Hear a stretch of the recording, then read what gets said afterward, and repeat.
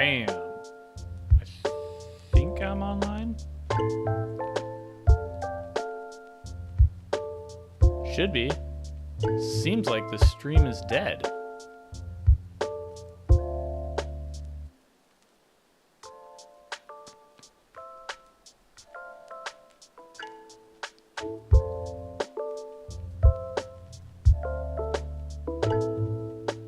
Okay, stream's alive. I don't know what was happening there. Cool. Let's get on it. It's kind of right in my face. All right, picking up where we left off. I guess I should probably mention that I am doing some more stuff.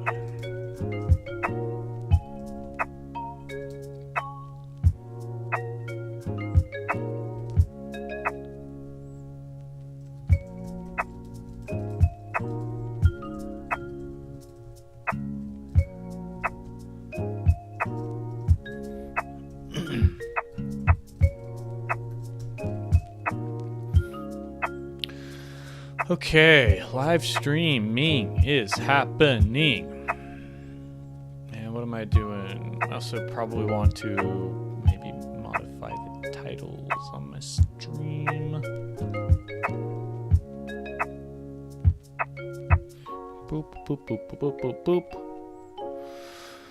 Oh, update titles. Let's go.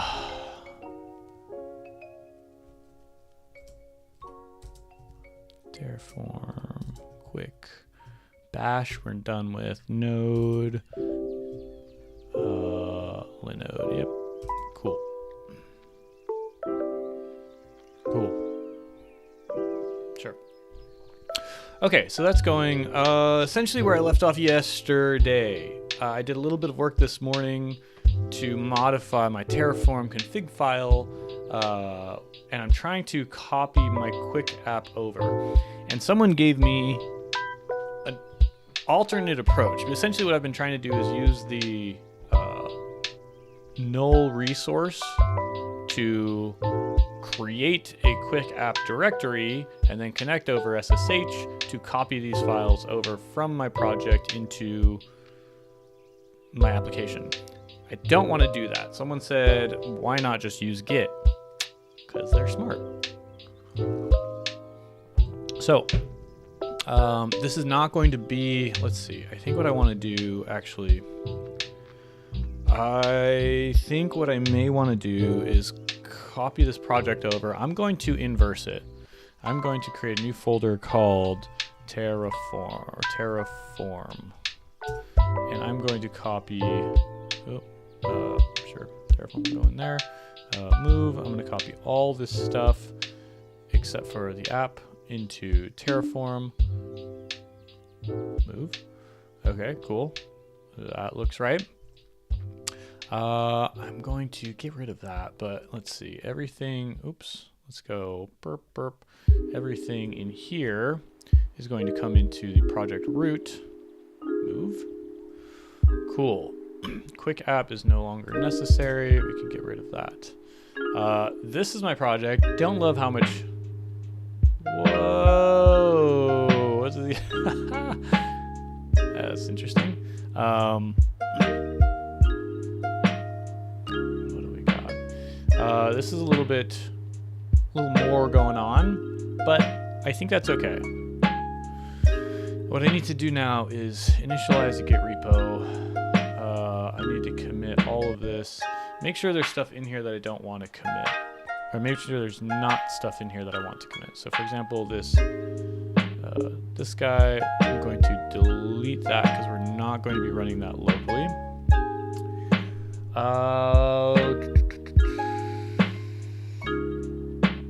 Okay. Git ignore. I think that's good. Prettier. Tailwind.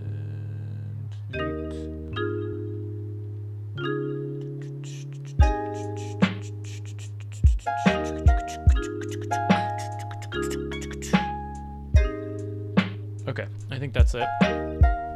And let's go. Oh. Also, I've got Nugget on the screen on the stream today.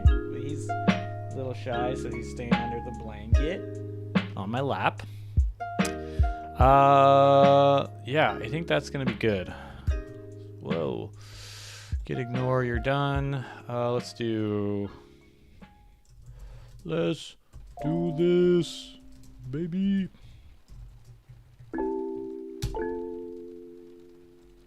No, cancel. Shoot. Okay. Undo last commit. Great. I want to create a new branch called main.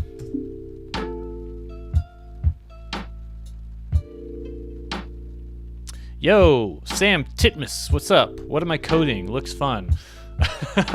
I guess from this view, this could look fun. I'm doing some JavaScript and some database stuff.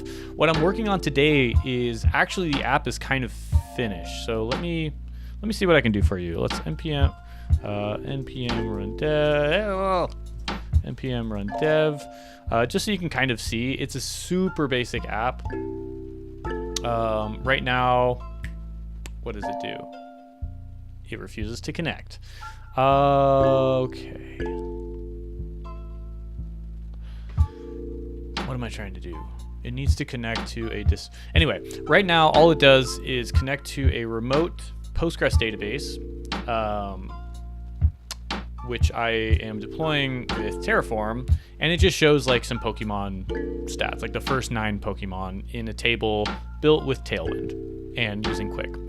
The app itself, you're a DevOps engineer, so don't do half of this, but looks super fun. You love Terraform, I guess that's why this came up. Yeah, great, glad you're here. What I have is I basically put together an app using some of the tools that I like working with as an application developer. I'm learning Terraform at the moment, and I work for Akamai, so I'm trying to understand how we acquired Linode. I'm trying to understand how Terraform works in the Linode cloud computing to deploy stuff. Where I'm at right now is, close it. There we go. Where I'm at right now is I have this Terraform. Okay, I want to add this to git ignore. Hold on one sec before I forget, because I really don't want to expose my secrets. Terraform tf vars. Cool. Great, that worked. So where I'm at right now is I have this Terraform file. Not sure this is, I don't think it's best practice to put it all in one file, but this is where I'm at right now, at least learning. We're using the Linode provider. I have a couple of variables set up which are going to be read from this Terraform tf vars file. Set up the region, trying to do a subnet thing, a VPC thing, copy my SSH keys over onto wherever they're going to go. And then I create the VPC, which that's the part that I'm still working on. That's what I'm going to try and solve today. But what is working is I spin up a Linode instance, which is going to be my application server. This is the VPC stuff I'm still trying to figure out. I think I got that mostly sorted yesterday. Right now, I have a step where I'm copying files from my local machine onto the remote application server, right? And it's just pushing up this like Hello World app. What I want to do today is copy my actual source code into the Linode instance. Now, as I understand, copying files or file provisioner is actually supposed to be one of the last resort tools. And I talked to some folks today that introduced me to this thing called Git, which I've been using for years and didn't think about.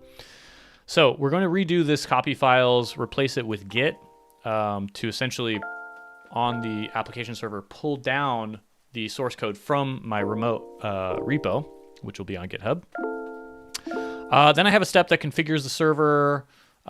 This runs a server init script, which basically does all of the provisioning of the server for the things that I need, including Node, or NVM, Node, NPM, PM2, which is the process manager. It's going to start my application running with PM2. Then it's going to install Caddy. Caddy is going to be configured so that it will be connected to my domain. And once Caddy runs with the domain set up, it's going to go out and get the SSL certificate. It's going to set up a reverse proxy. Here is the configuration file. It's going to be written to the Caddy file. Restart Caddy, and then my server should be up. Now, the thing that I did yesterday was got my, I guess, back in the Terraform file. Yep, we do some DNS stuff to connect the domain name to the IP address of the application server. Then we also have another server that's configured for the database. The database right now is going to be open to or allow access from all servers, which currently it's not. So I'm going to, oh shoot, wait. Yeah, I think that's right. So it's going to accept traffic from or connections from anyone, public.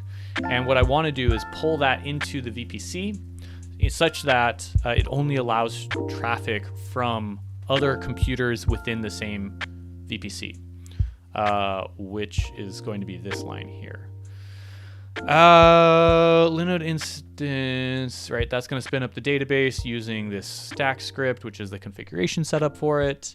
And that's it as far as the Terraform stuff goes. So hopefully that kind of answered the what is going on and what am I going to be working on. We'll see how far we actually get. See what I did there?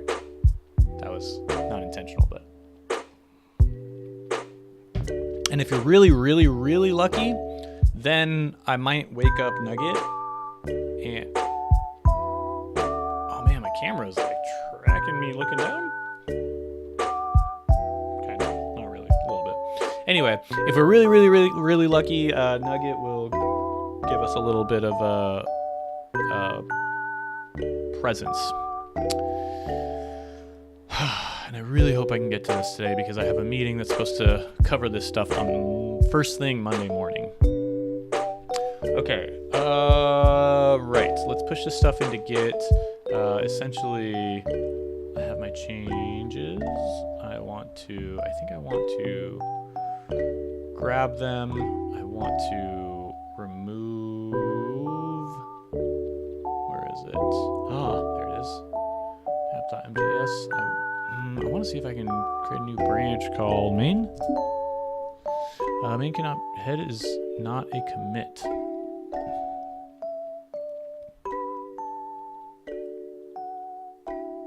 Okay, that's annoying. Let's commit that.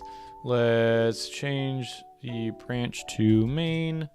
And then we're going to deploy this to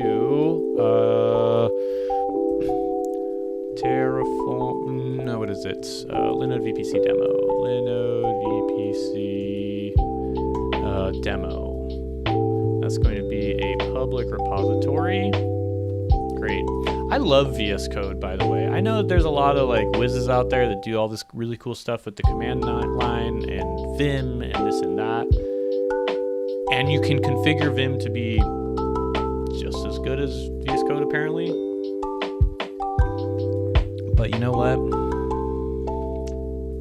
Yeah, I like it. Cool. That is deployed. Now, because that's deployed, I need to modify my server init file. I think I'm going to do this manually first. So, yeah, that. We're gonna do, actually, what do I want to do? I want to do a new thing. Got a text message, timeout.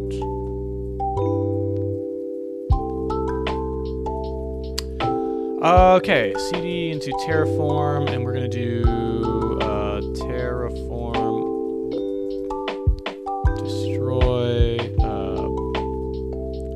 What is it? Allow. No, it's not allow.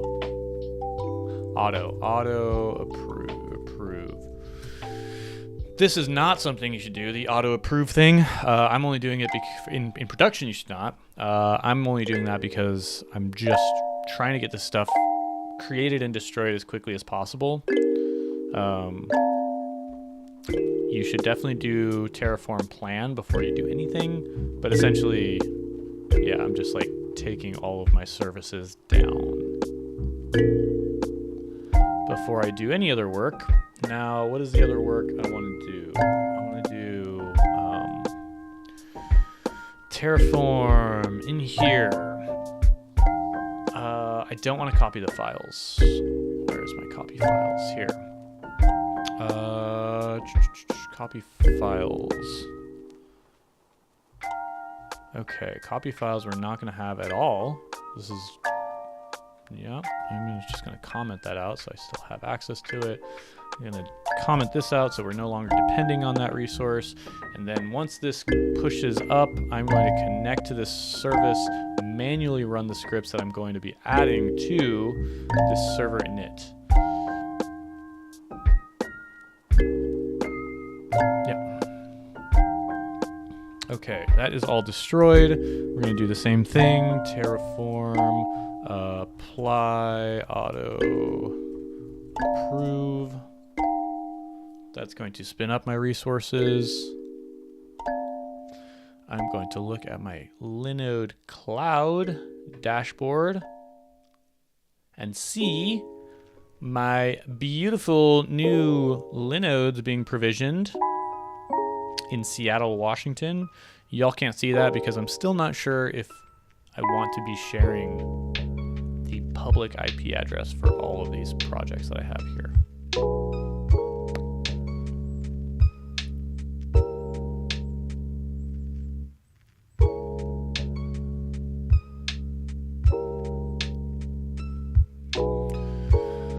This is going to take a little bit.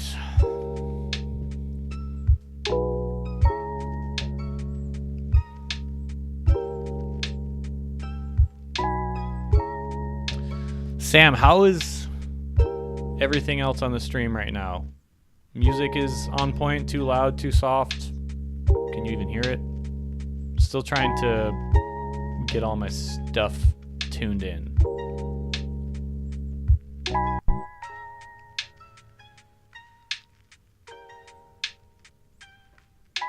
Also, what do you do as a DevOps engineer? Oh, you son of a gun.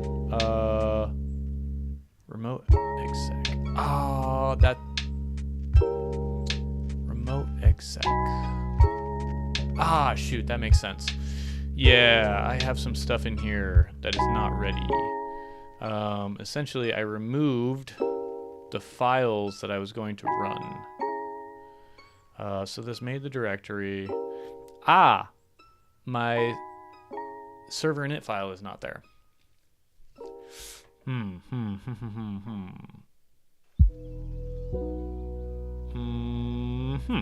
That's okay. I'm gonna have to modify that anyway. So let's go to my Linodes. Let's copy IP address. Let's SSH root at there. Yes. There we go. And then we have nothing in here because the copy files was not brought over, which means my server init file is not here. So let's try Ubuntu install Git. I'm pretty sure Git is not installed already. And this guy. update sudo apt install git. Really? Just that?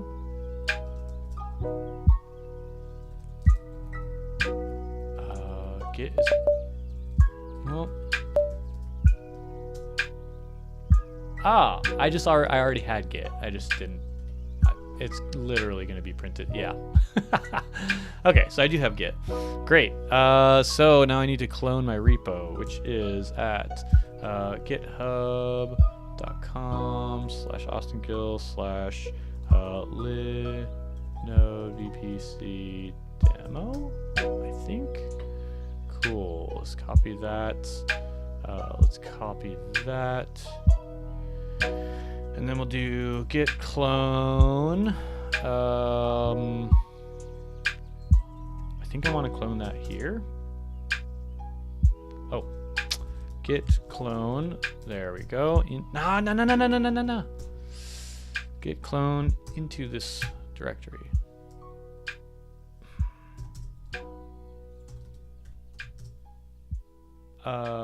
Destination already exists and is not an empty directory, but you're telling me it is.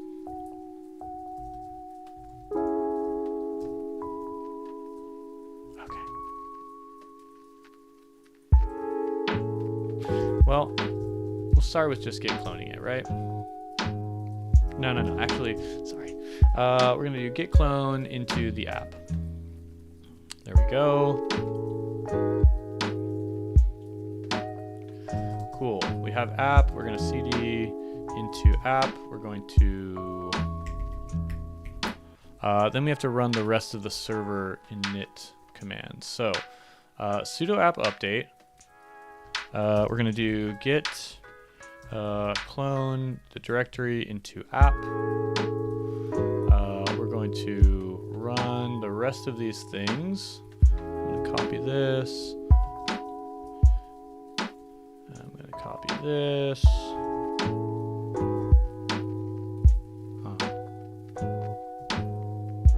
we go.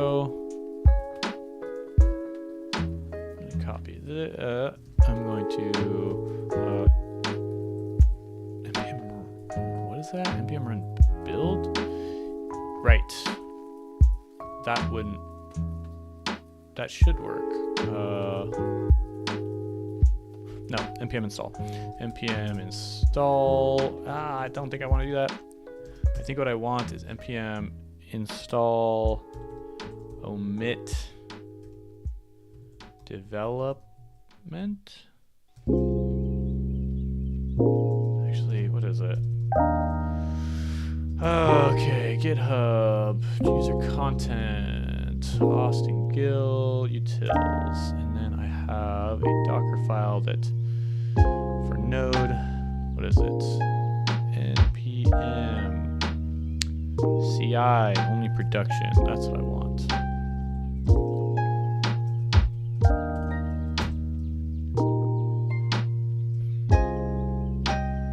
Okay, only use omit dev to omit dependencies from install. So what happens if I do the same thing? Equals dev. I think that's the correct one. Yeah. Okay, let me go and sorry, Sam, what's up? Ooh, so many questions. Why Linode? But I got okay, you gotta go. Yeah. Reach out on LinkedIn. Be good to connect. Thanks for hanging out. Maybe next time you're around, we can talk about why Linode. Okay. I mean, the short answer is because I get to use it for free, and it's an excellent platform. Yeah, why not? I also really like some of the providers as opposed to things like AWS or GCP. I like some of the providers like Linode or DigitalOcean or Vultr that kind of give you just like plain boxes at a very reasonable price and like what is it? Not dependable, but you can. Expectable is not a word. Predictable. You get predictable pricing. Okay, we can close that. We can close this. Don't need that. And I'll come back to that. npm ci. I do need that other thing. I do need this guy because I need to make that change. Over here, let's go back where I'm logged in and change this file to be omit equals dev. Commit changes. There we go. Now the thing is, I don't know if I actually. Let me see. Oops.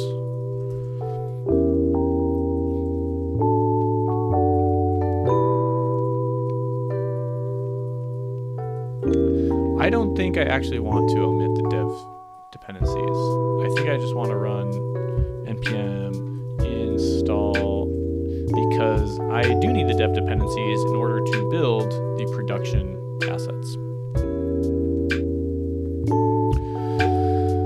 So, where am I here? We're in here. I'm just going to do npm. I guess we have we can test this. npm run build. Right. npm install. So I do need the dev dependencies. And with that, I should be able to run this. That's going to build incremental CSS feeds node API is deprecated. I'm going to see what this says later on.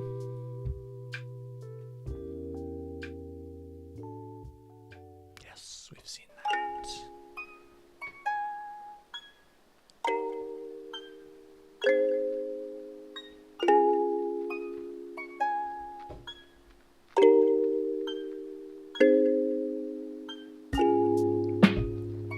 Okay, app is ready.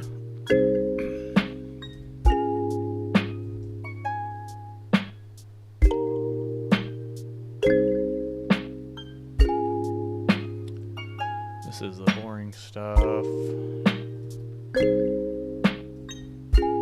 Thank you. Okay, pm2 start with this start command. I also need to provide the database host, so I'm going to grab that from my Linode boxes. This, in theory, could potentially work. So we're going to say db host equals that, and then pm2 start, and then the command is going to be npm run serve, I think.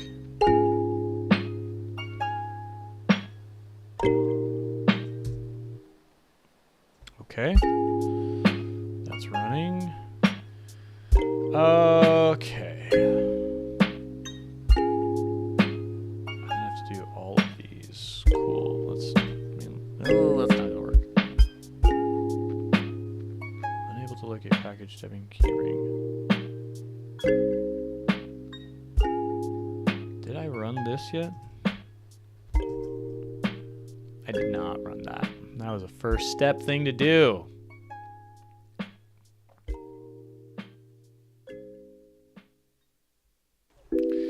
Okay, then we should be able to run that. There we go. Do all the caddy steps. There we go. Next caddy steps. There we go.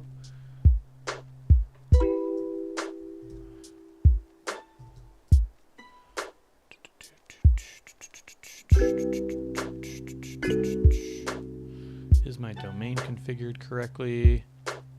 Maybe it is not.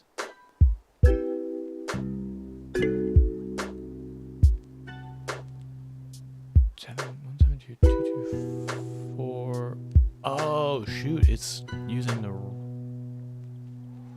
wrong IP address. No.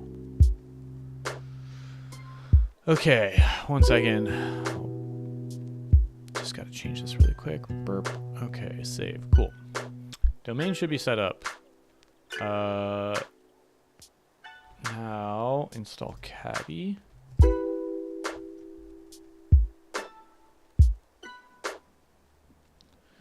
Then I need to change this. And this should be port. How do I, how do I go up? How do I go up? How do I go up? Whatever. Do this the manual way. nano/ets caddy file. There we go. This should be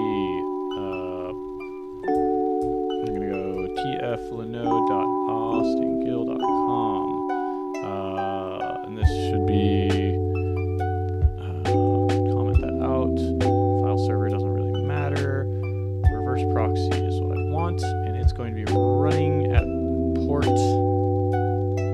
3000, I believe. Okay, next, reload caddy. If I got that right, the site might be up. That's not so much the important stuff. The important stuff is that I got this file actually configured correctly. Also, I'm not in the right directory here, so this needs to be, we'll do all this, and then we need to cd into app. Build, that's going to start it, that's going to run the command, that's going to start caddy. All of this can be done from the app folder. Great.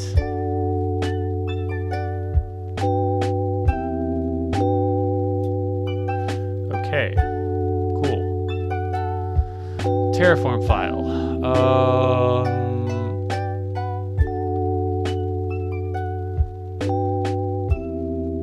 Okay, here's where I have a little bit of a problem. I think what I need.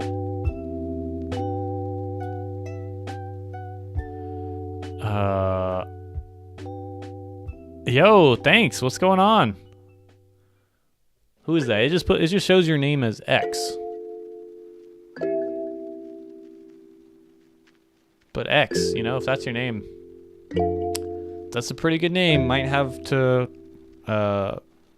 some issues with a certain billionaire, but all right, X. Have I got the platform for you? Okay, so the one thing I had, the problem I have right here, also, X, I don't know what you're here for. I'm doing some Terraform stuff today as an application developer. It's not my use, but essentially what I had was before I was copying this init file over. Now I'm going to use Git, but then I just realized when the server runs up or sets up, it's going to try and run that server init file, but the init file is not there yet. So I think maybe I leave this single file cop provisioner over and then run that. Or I could inline this remote, or I could inline, and then the inline would be this. I might do that. Let's do that. Let's go, let's start with that. My inline command is going to be git clone into app and cd app. Okay. Once that runs, oh, and I need to put a comma there. Once that runs, I shouldn't need this git clone. And I think I should already be in the app directory, so I shouldn't need to do that. And then this will configure everything else. It almost feels like I should just do this with a stack script like I have here.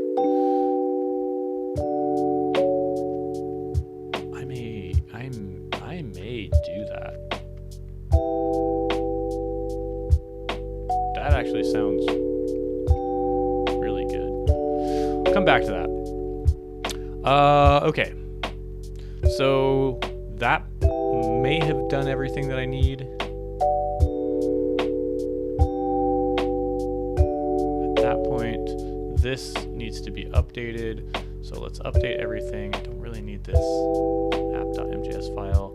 So let's do updating server init.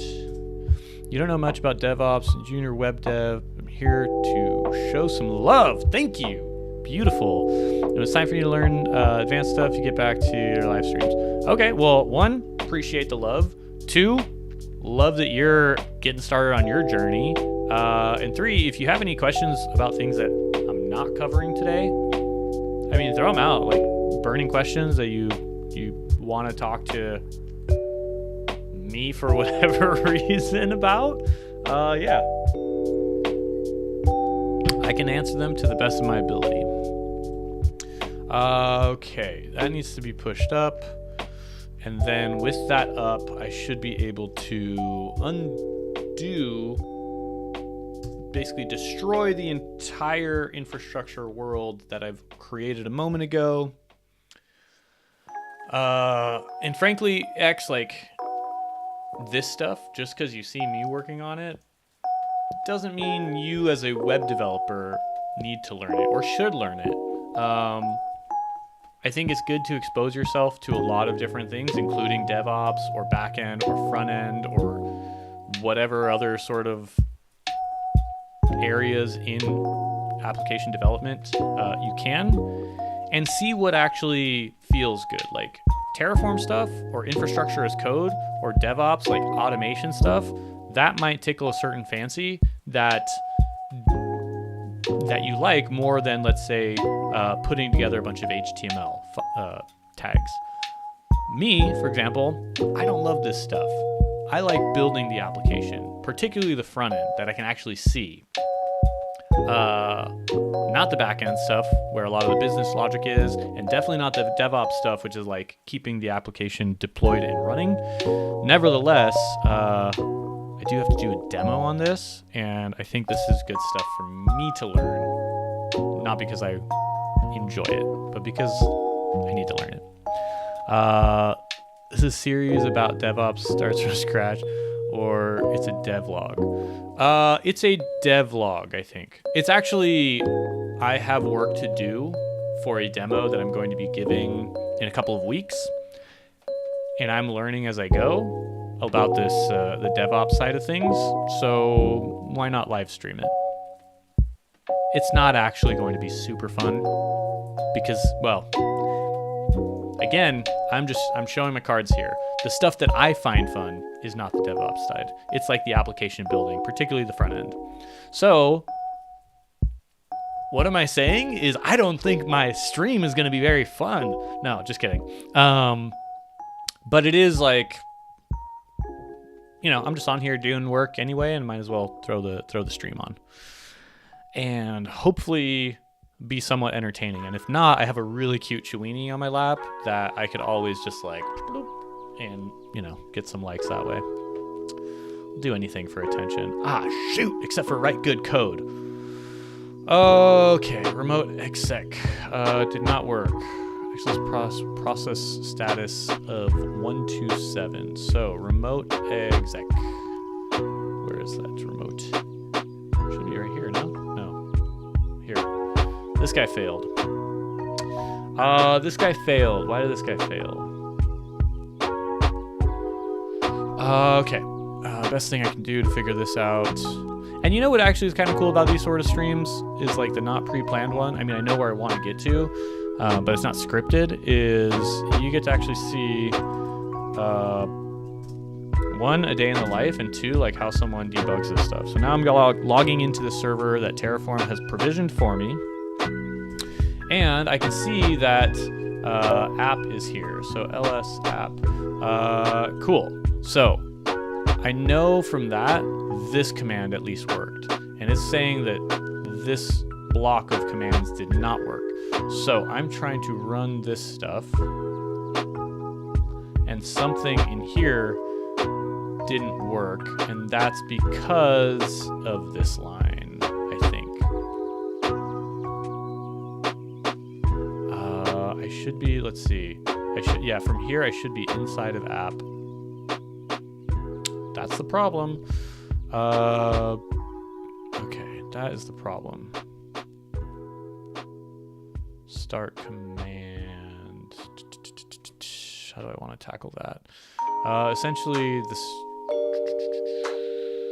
Essentially, let's see, what happens is this should copy the code, and then I should get into the folder, and then from inside of the folder, it's going to run all this. Sudo app update, I don't need this, that works just fine. It's going to install this stuff. Okay, here's what else I can do, is I can check whether these things are installed.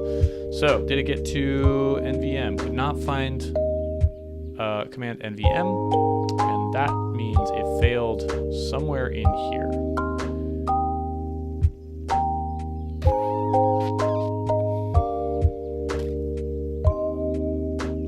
Okay, so somewhere between git clone worked,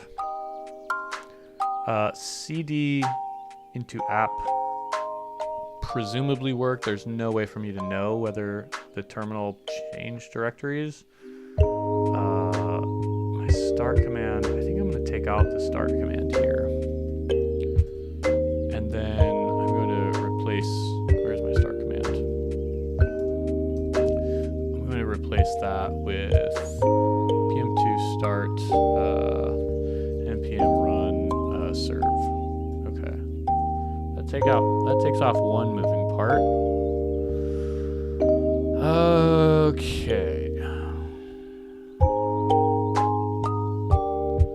The other option is maybe I don't cd into this app. If I don't cd into the app, then this would have to change. Also kind of ignoring you. Maybe the script is not being executed at all. Yeah, like the server init script. That could be the case. You know what I should probably do is see what this means. That's a good call. I think, what does that mean? Generally means command not found. Okay, command not found probably means one of two things. Either the script was not found, or this command, or another command was not found. So git worked, cd should definitely work, and then I think I'm going to try not changing directories. I think I'm going to try, let's do bash the /app/server init, and in here ls we have, so then ls app should have server. That's the problem, because I was being a dum-dum. I had changed the directory structure of my project. I think I'm going to go back to how this was. Exactly how it was.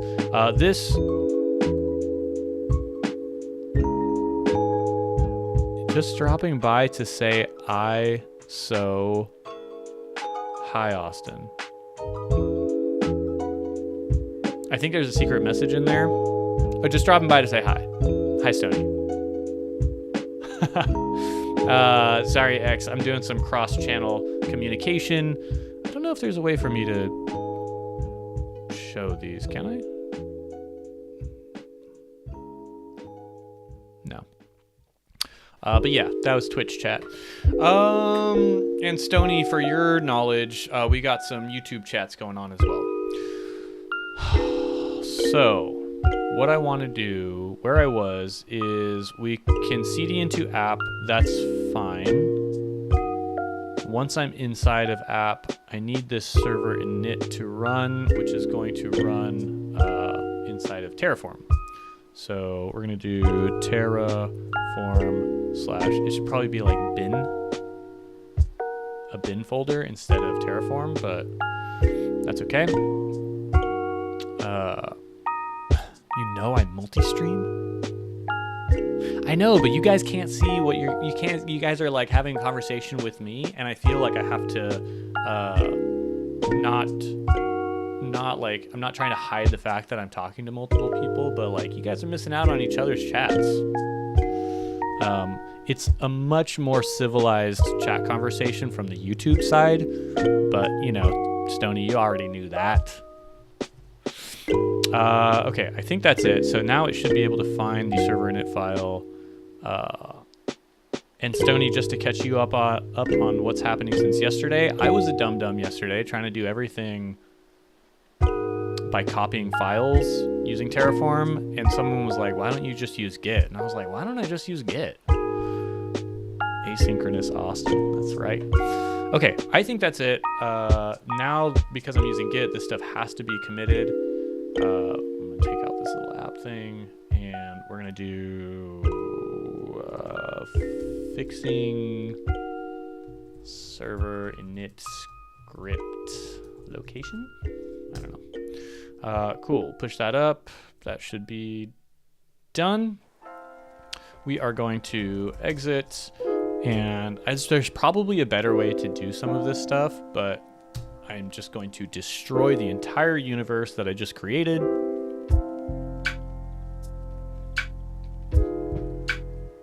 And I have to say, X, I know that we were talking about this stuff, about like the application. I prefer the application development side of things, and I don't love the DevOps side of things.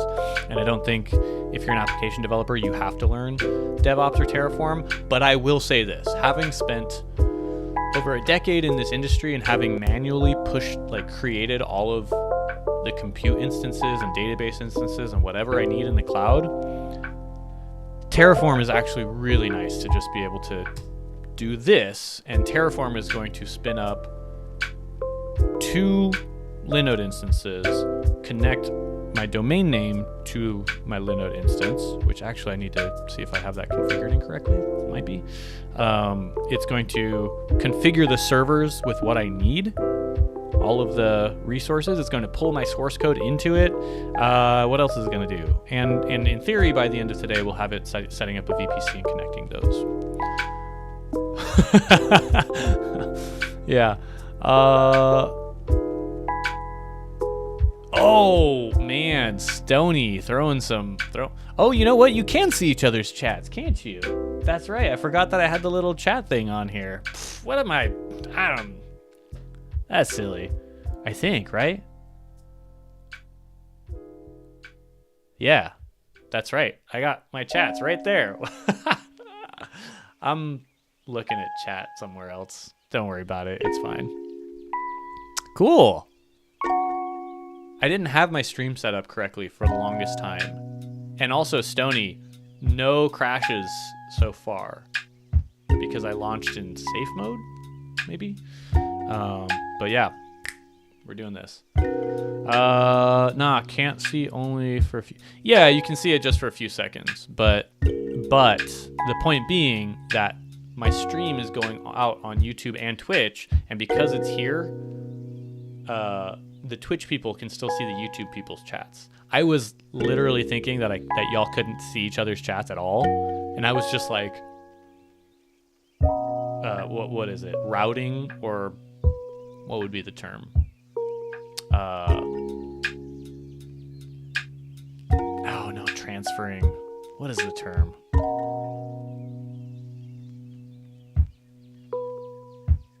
Man, I feel dumb. Want to pick a fight? Oh, shoot. We got Stony on YouTube now, too. Are you just going to start talking to yourself? Are you going to have a fight with yourself across multiple platforms? That's silly. Silliness is ensuing. Okay, I think this is working. I think it worked. Worked is a strong word. It deployed. It finished deploying everything. So, let's see. The other thing that's, yeah, okay, that's fine. So let me see. I have my oops. I want to see 136. So my domain is not configured correctly, unfortunately. So let's see why that happened. Application IP address. That should be used somewhere else. That's why the domain is not configured correctly. Because I'm using my database. Okay. Dumb. This needs to be point to my application IP address, not my database IP address. That's okay. I'm going to fix that manually. That's an on me. That's a my bad issue. So let's copy that. Ah, shoot. That means edit. Save. Okay. That's one problem. Now let's see. Let's go to SSH root at. Okay. RM. Doot SSH authorized author. No. Known hosts, and then we'll do the same thing. Yep, that's fine. We have our app. We have PM2 working. We have our application is up and running.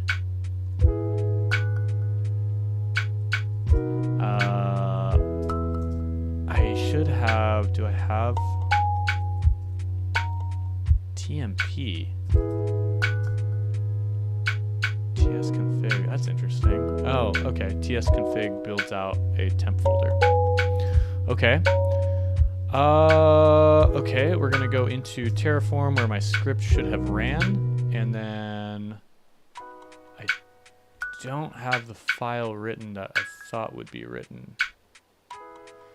So, because server init should have gotten down to the end here and written into a temp.txt file. So let's see, what do we got?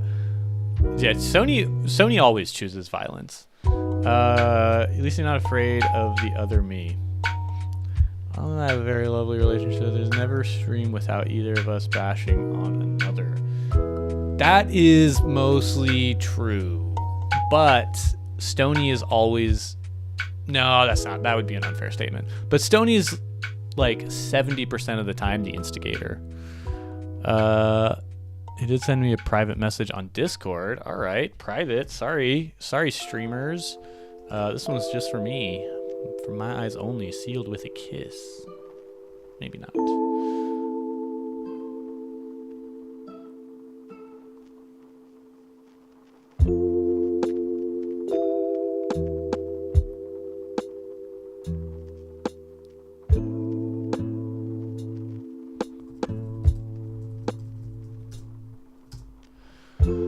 Stony Eagle. Let's see.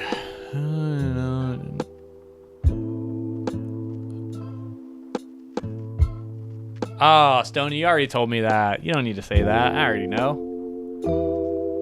It's all good. I can read it later. Sorry, I read that web message too late. But yeah, no, we're all good. I did not take it personally.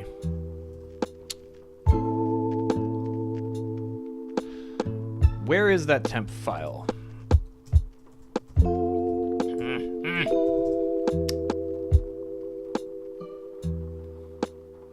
Where is that temp file? Okay, let me see. So in theory, okay, let me see if this worked at all. Let's do cat etc caddy file. That worked correctly. Beautiful. This should not be port 3000 actually. This should not be port for 3000 because I think it's going to run at 3004. So that should actually be broken. I'm going to edit my secrets. Not that the port matters, but need to make sure y'all don't see the other secrets that I have. There's only one secret that I want to give up. Okay, in theory that means that this should have worked, so I shouldn't have to worry about, there's still the DB host. Why did this not write? Or in theory everything ran, so it did write, it just wrote to somewhere that I have no idea where it is. ls, okay, cd app, ls temp file.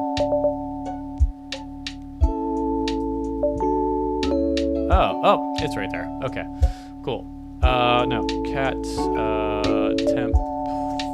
Okay, cool. We got everything that I wanted. We got the domain name, we got the port, which is incorrect. We have the start command, which I think is also incorrect. Don't forget my semicolons. Oh, you're taking off? All right. You just stopped in to say hello.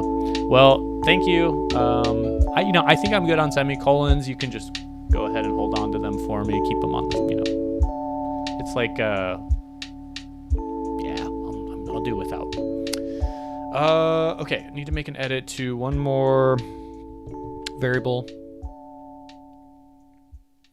which is in my Terraform tf vars.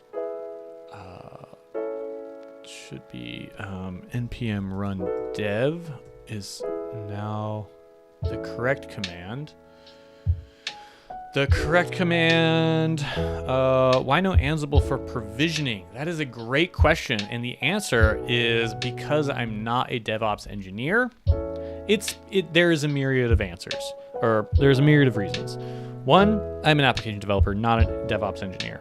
I don't know the state of the art for DevOps stuff. I do hear good things about Ansible.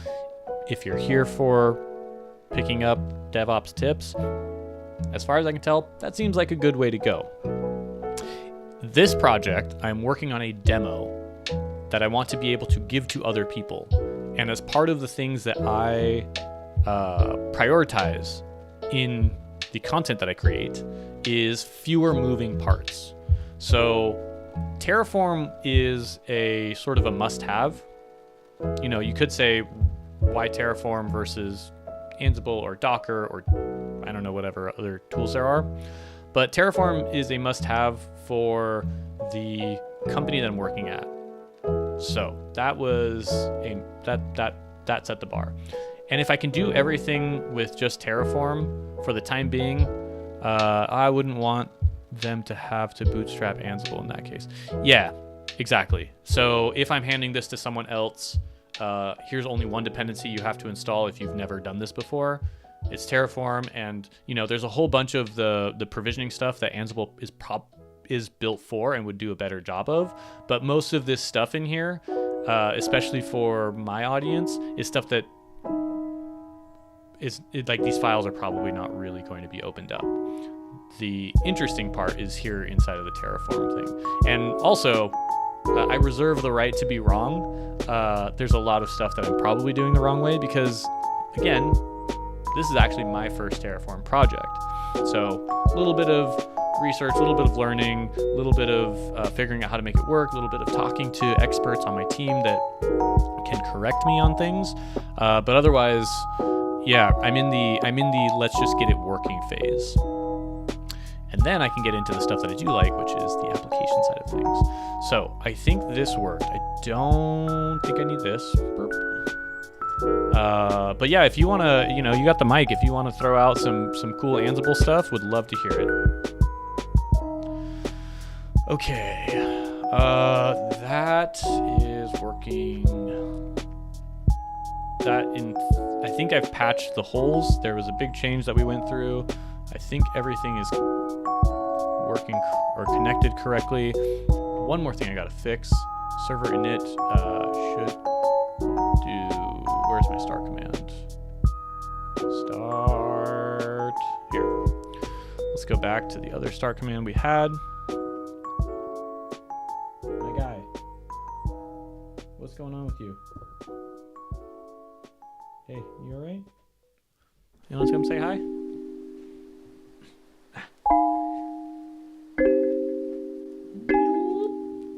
Ah, there's Nugget. Hey, camera. You're focusing on the wrong thing here.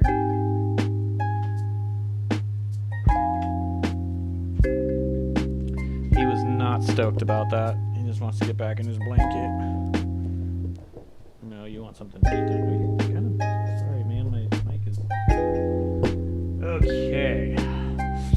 Is there a GitHub repo if you're sharing out this code to check out? Yeah, sure. Here it is.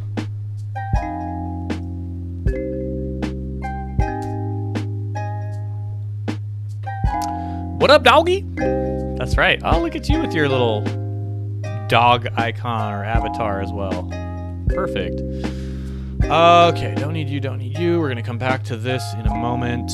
I think in theory I patched some of the holes that were missing. Let's do that.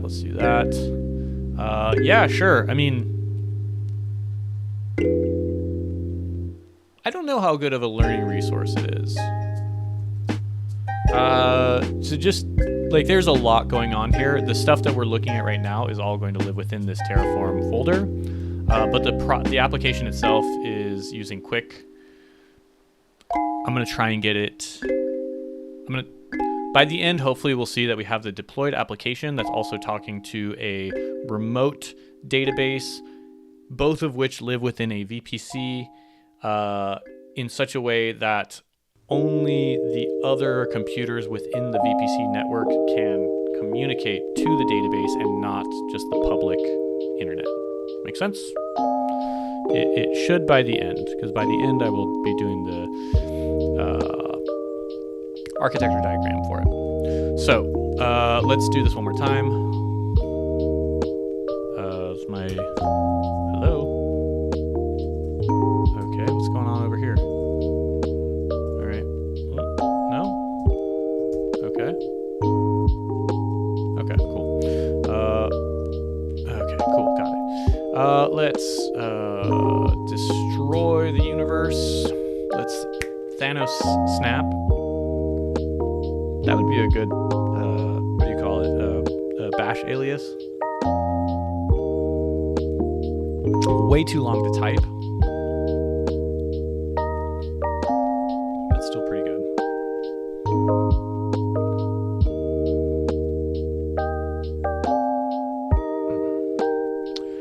Texting.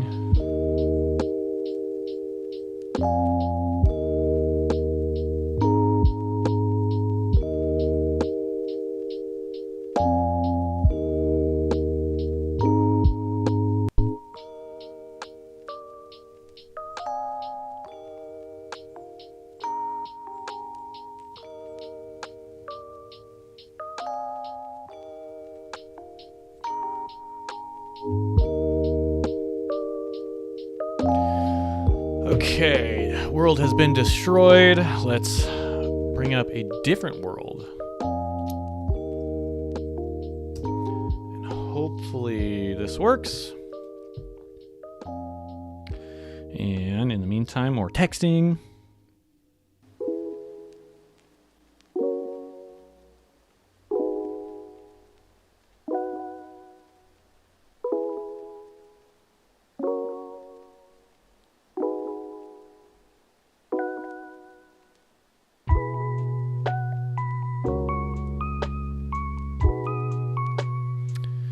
Still provisioning.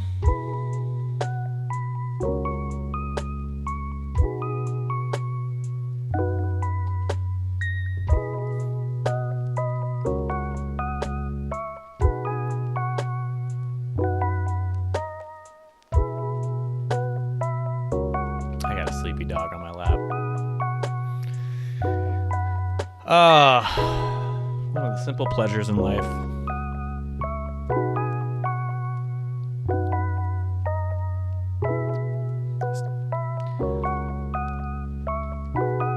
Making those like heavy breathing noises when they're getting snuggled in. Not quite snoring, but just like, I don't know. If you know, you know. Okay, that is going. Oh no! Shoot. I don't think this is going to work. No. What do I do? Do I stop it mid thing, or do I just I'm just gonna let it go? But I didn't push my changes. Come on, Austin.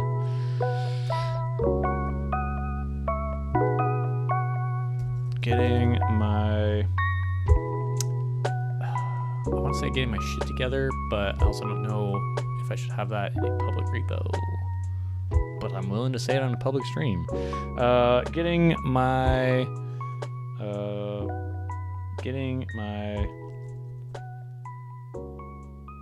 whatever. We're gonna go.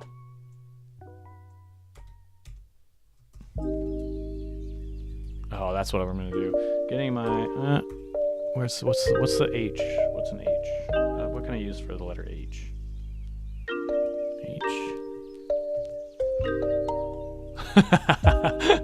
Sure, why not? I kind of like that. That's cool. A couple of things changed because I broke it.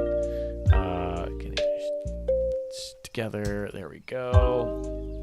That is pushed up. What is this? That's a new thing. That's weird. Haven't pushed it. Duh. Thank you for that tip. And I'm not even going to check because I was distracted. Okay, what's next?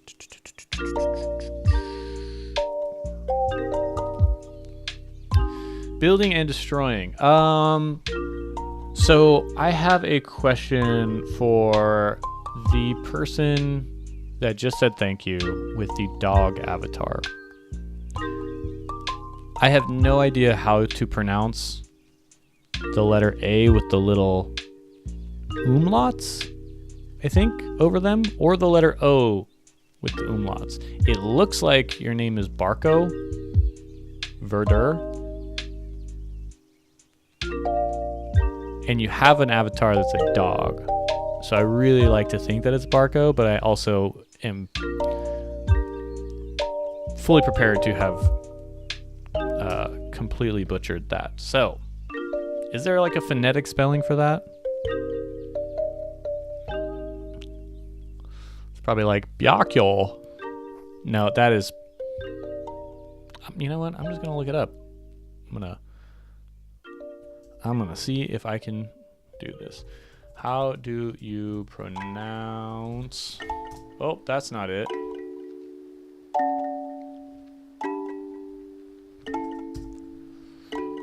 How to pronounce Bjorko. Borko. Borko.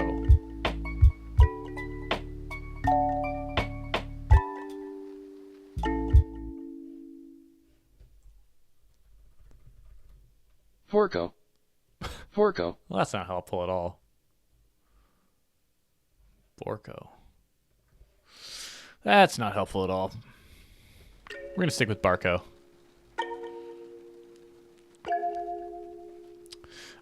It's pronounced as it looks. We were in a chat and everyone umlauted their username. Oh, okay, cool.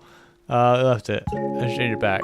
I don't know. I mean, it's cool.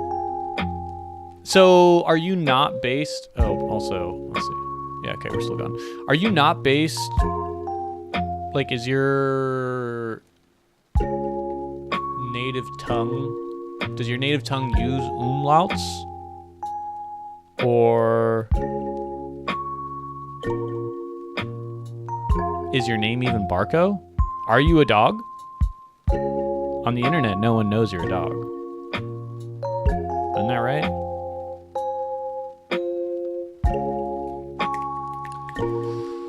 Things are working. Things are going.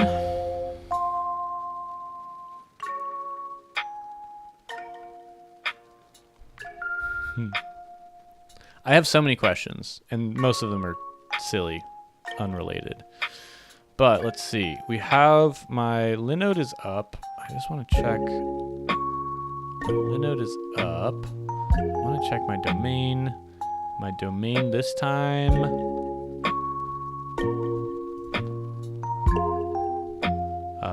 Console. My domain was provisioned correctly. Cool. I fixed that typo. We have.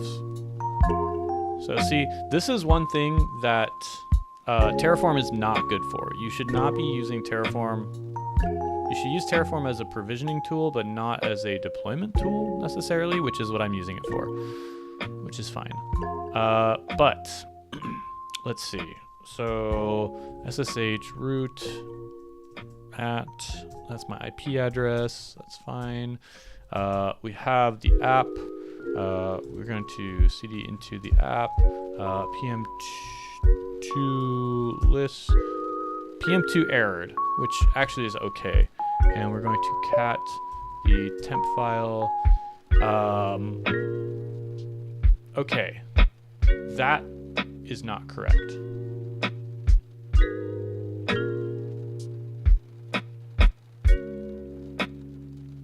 That is not correct. Where is it getting that from? The start command. Should be running the start command. Okay. I'm also going to PM2 logs.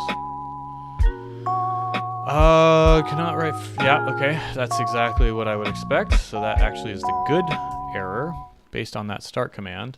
Let me check my variables.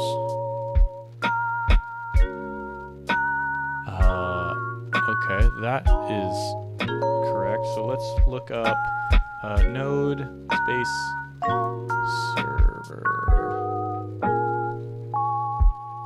Okay.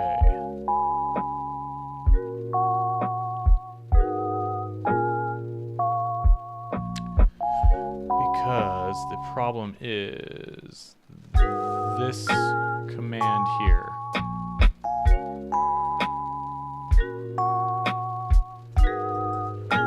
Where is that coming from? Ah. Ha ha ha! Silly me! That's the problem.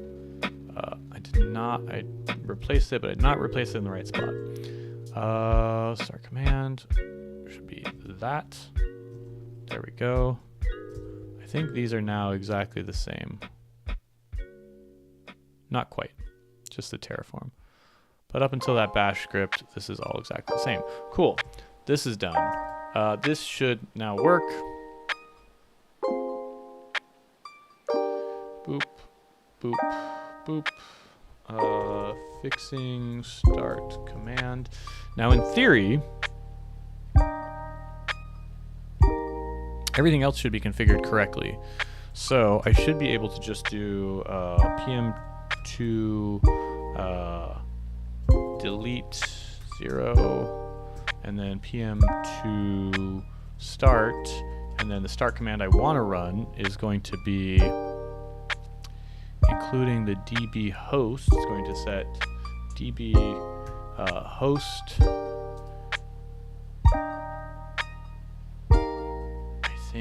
I think that's right, and then npm run serve. Okay. Cool. It's running. And that should be running at port 3004, and the reverse proxy should be mapping the domain name to port 3004, and if I'm any good at my job, hey! It's an internal server error, which is fine, because, yes, great, this is good. It's not great, but it's progress. So what is it telling me that happened? Okay, let's see. Nah, Detroit. Great. Barco from Detroit with the umlauts. Love it. Okay, so the problem that I have here, parse open table, I think it's not quite giving me the last 15 lines. 1, 2, 3, 4, 5, 6, 7, 8, 9, 10, 11, 12, 13, 14. Great, so I want to read this.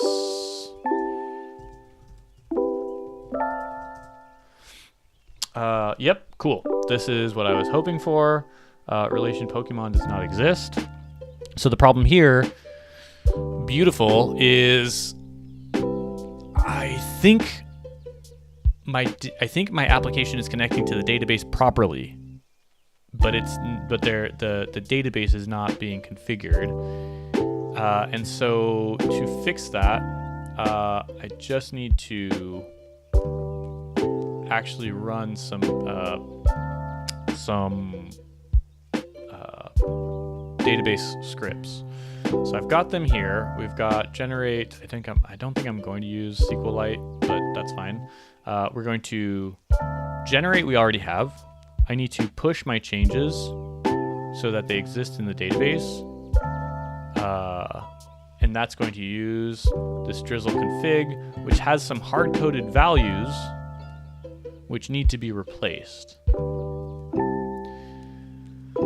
Okay, so now the question is, how do I modify my start command to use all these things? Well, one question is, in my start command, my start command actually gets executed here. And so I think maybe I have to pass these. Okay, don't need you. I think maybe I need to redeclare these variables as I run this start command for the variables that I need, which are going to come from here. I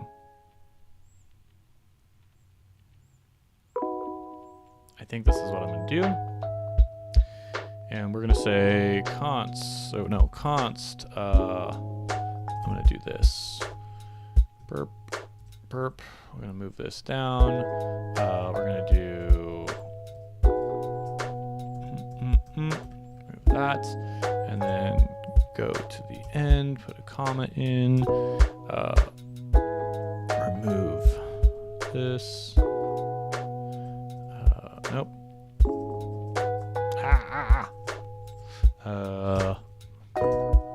Remove that, and then this is going to come out of process.env. Cool. That's going to grab all these things out. Don't need you. Don't need you. SQLite stuff can stay. This is fine.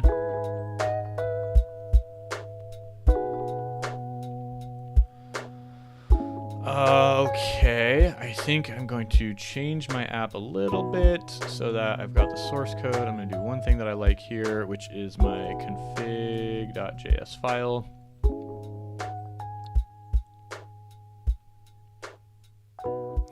And then do I have Zod?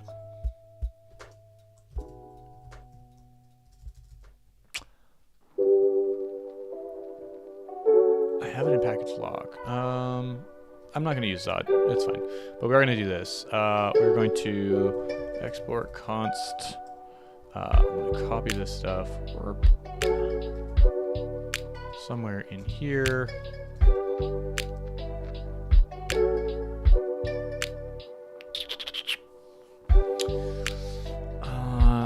Okay.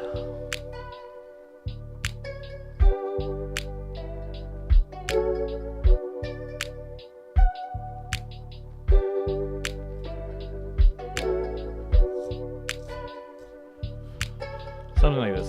This is really getting over-engineered. but that's fine. This is how I like to do it. So we're gonna do, yeah, something like this. We're gonna do export. No, what do I want to do? Delete that. Delete that. Delete that. Move these up. Export const this equals process env, and then we'll copy this dot that. Okay, normally I would have a Zod thing that ensures these are set, but that's okay. Then I can get rid of that, get rid of this.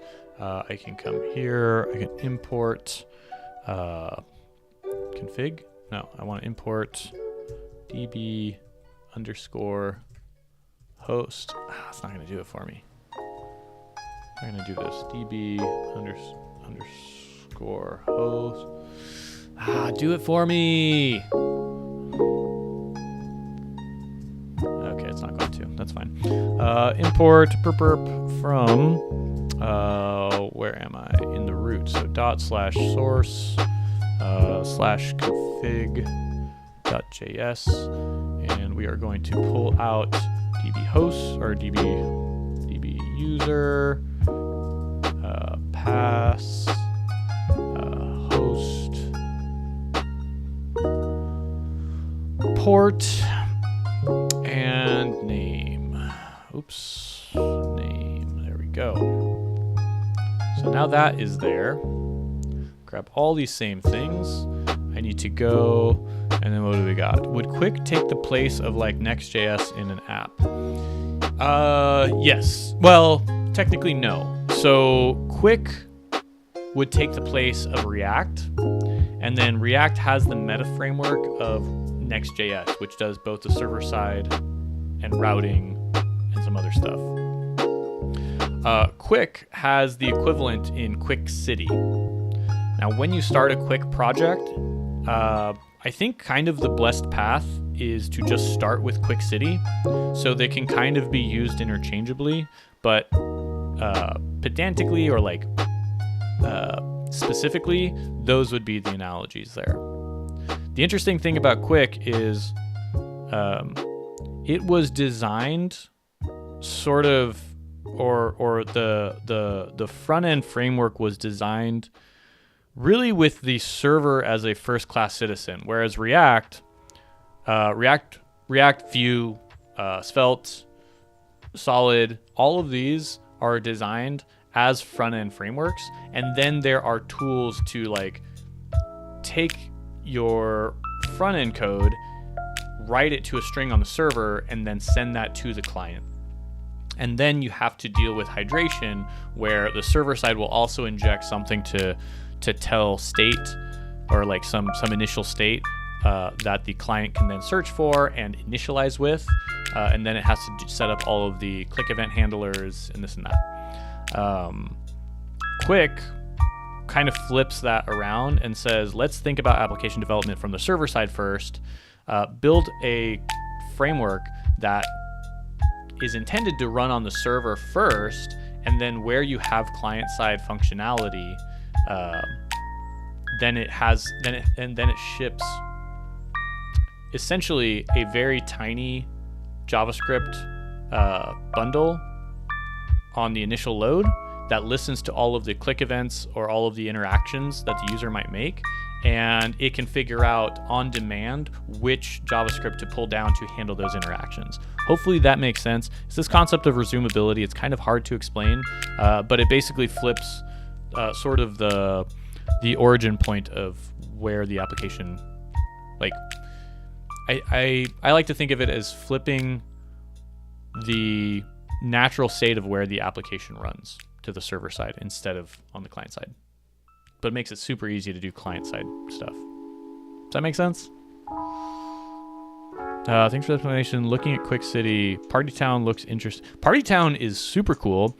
It's probably not as straightforward as they make it sound. There's a little of finagling. So it's the sort of thing that you probably don't want to just add to any application. It's the sort of thing that would work really well in any application, but there's a little bit of of some hurdles that you have to jump over and probably some pain points. So if you introduce it to solve a problem that you don't have, then you're just introducing more technical debt and overhead. But once an application gets to a point where it has a lot of third-party scripts that are running, Partytown can work really great. Sort of like Remix. Yes, except Remix also is still built on React. So Remix still has the approach of hydration, which is building everything on the client side or on the server side, sending all of that HTML to the client with the JavaScript that is going to essentially, how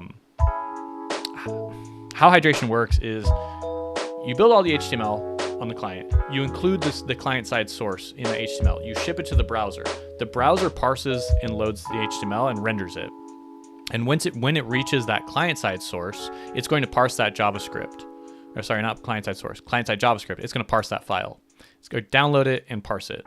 And then what it's going to do is essentially take a moment to rebuild the entire application and then take over from a client-side perspective with all of the click event handlers and routing and this and that.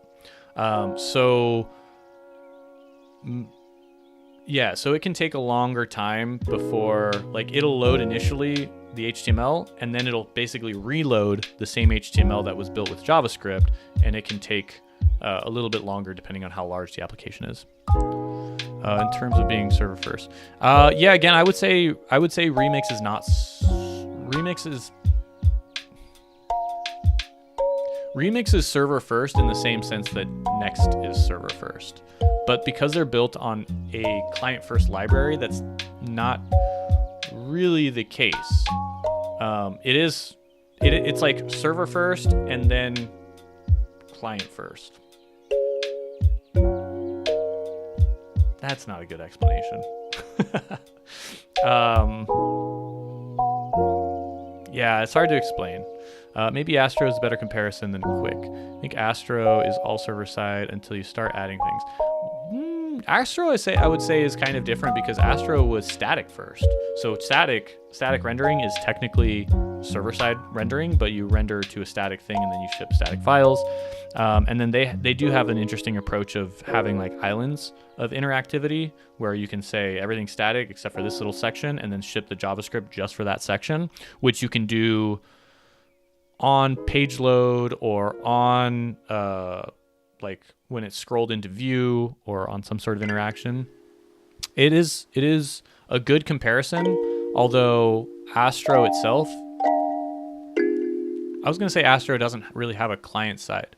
Yeah, I don't think Astro has a client side library necessarily. It has a way for you to inject like plain JavaScript onto the client side or use other client side libraries.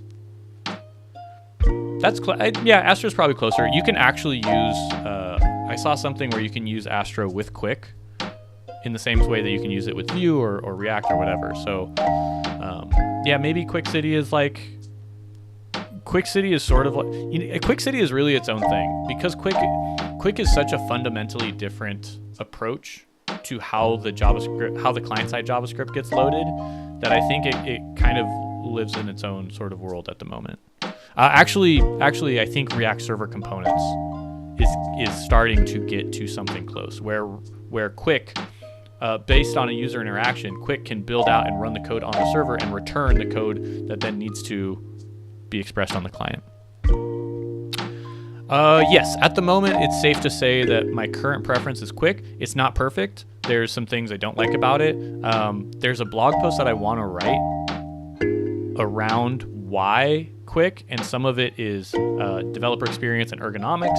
Some of it is around my beliefs on how web development and the platform should work, or web development should work in the context of the platform, and what features are available. Qwik, I really like the authoring experience of Qwik. It's a lot more. It embraces native HTML. So you're writing JSX, but it's not like the JSX. Let's see. The JSX you write has things like class instead of class name. And to me, that is so huge because I prefer being a front-end developer that can, like, if I want, I can take this code and copy and paste it into anywhere. And the only thing I'm going to have to change is this templating, but I don't have to change. I mean, I do have to change Qwik event listeners as well. So it's not necessarily one-to-one, but it's just a nice authoring experience.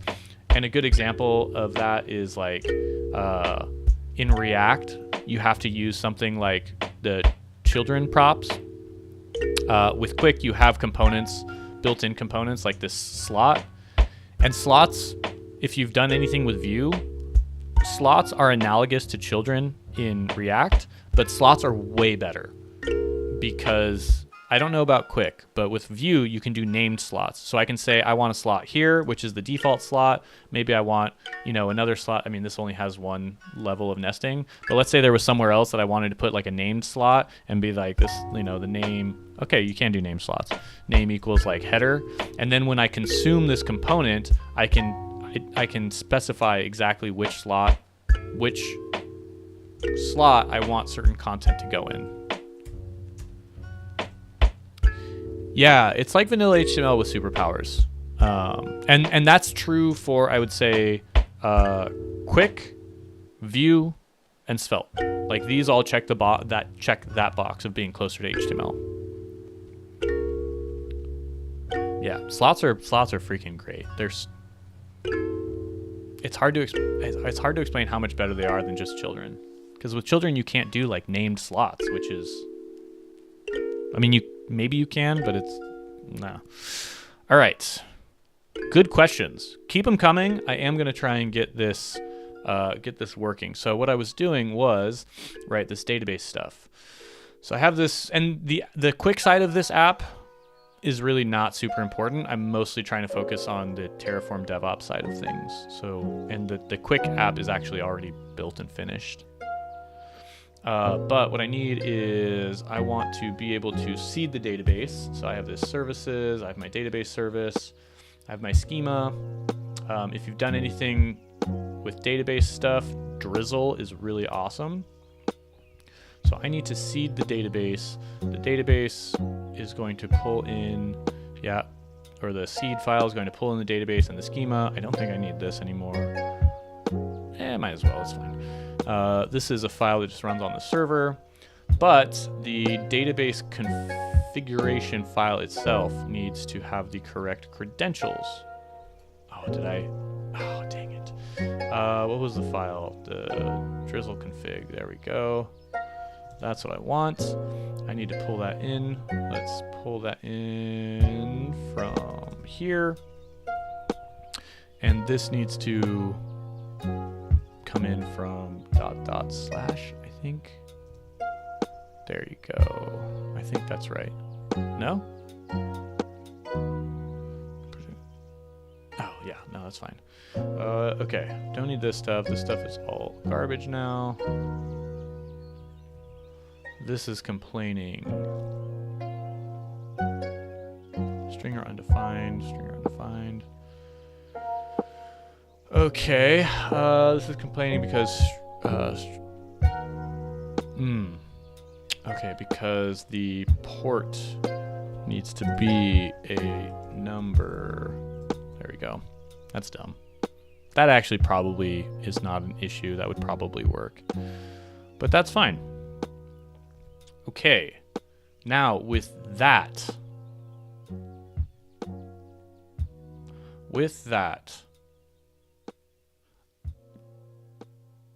I think what I'm going to do is push up these changes.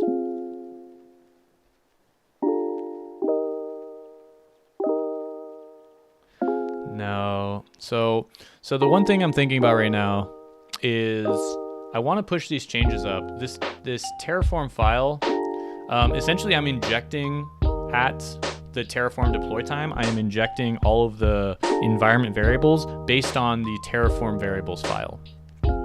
And you can see here that it's providing those for me. I have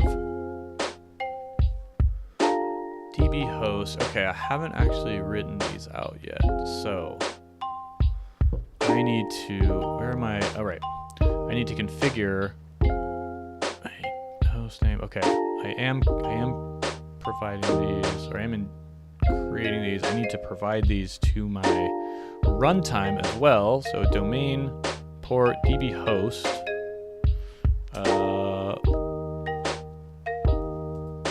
DB name. I need the user, the password. That's it. No, I need the user, the password. I need the port. What is it? User, password, host, port, and name. Let's go. User. No. Password. The host I have already. I need the port and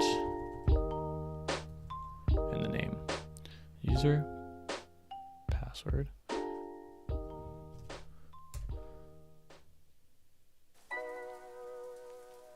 That's the application port. So user, password, host, port, and name.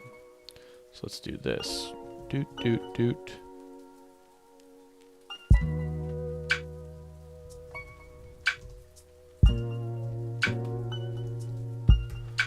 User, password, host, port, name. Great. So yeah, just explaining like what's going on here is I am injecting all of the environment variables that I want for this application to run with at the time that this is provisioned. This command is going to run on the server. There's two ways to do environment variables that at least that I'm aware of, and that is you can either inline them with the script that you're about to run, and then they will be available for that script just that one time. Or what you can do is basically like export a variable, like export the variable name. And then this variable will be available to any future script. And the reason why I'm preferring the inline version is because in the very unlikely case, or in the case that someone gains access to the server, they wouldn't be able to just like echo the DB username and password. Now that being said, there is still a vulnerability here where someone could go into bash history and eventually see what commands were run, and maybe they would have access to those variables, but I don't know. I'm trying to limit as much blast radius as I can. So what's happening next is these are going to be injected into this server init file. I think this server init file still needs to also kind of do the same. So I'm going to copy here. I think this still needs to do the same here. So we have the host. I'm going to paste that there. And then we're going to do here burp. We're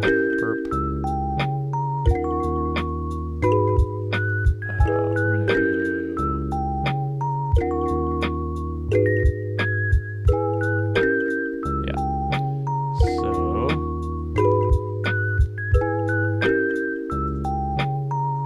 host equals that. Okay, so I shouldn't need that. I'm totally overdoing this, by the way, but I don't know, just good practice. So username, password, host, port, name, and username, password, host, port, name. Great. I also might as well do the port, so that remains the same. So server init. I'm going to say port equals port, and then that'll start the command, hopefully. Okay, let's do this again. Let's destroy the universe and build it up again. Only one of inline script or scripts must be set. Where am I?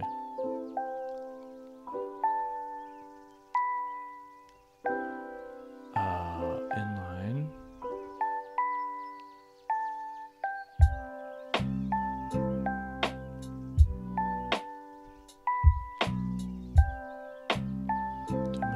port, db user, db pass, db host, name, start command, bash, or I thought I got that right.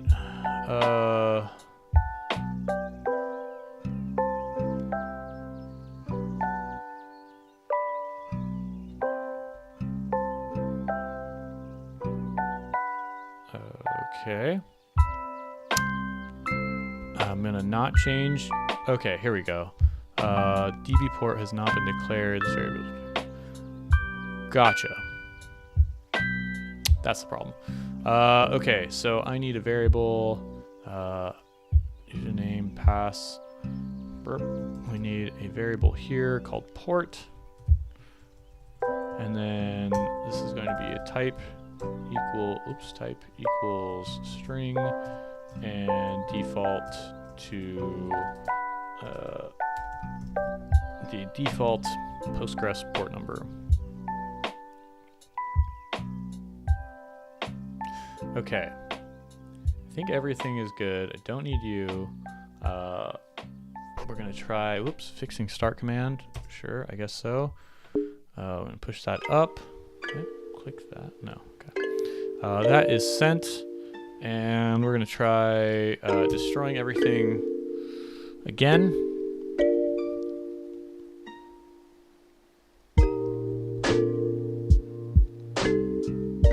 I really hope I get this working today. I would be so stoked. There is still one thing that is not going to be configured correctly, and I could definitely knock it out by next week. But I was hoping to have it done by today. It's okay though, I can fake it.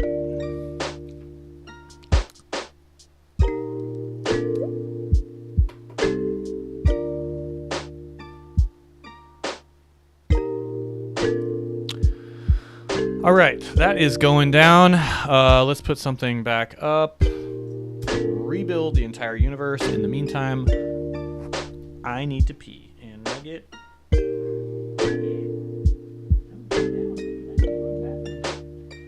Oh my goodness. Oh my goodness. Look at this. Look at that sleepy dog.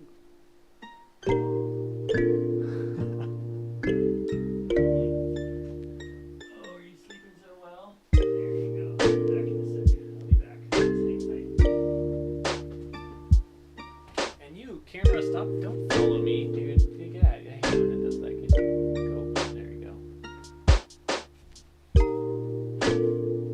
Oh, you cheeky thing. I saw that. Stop it. There.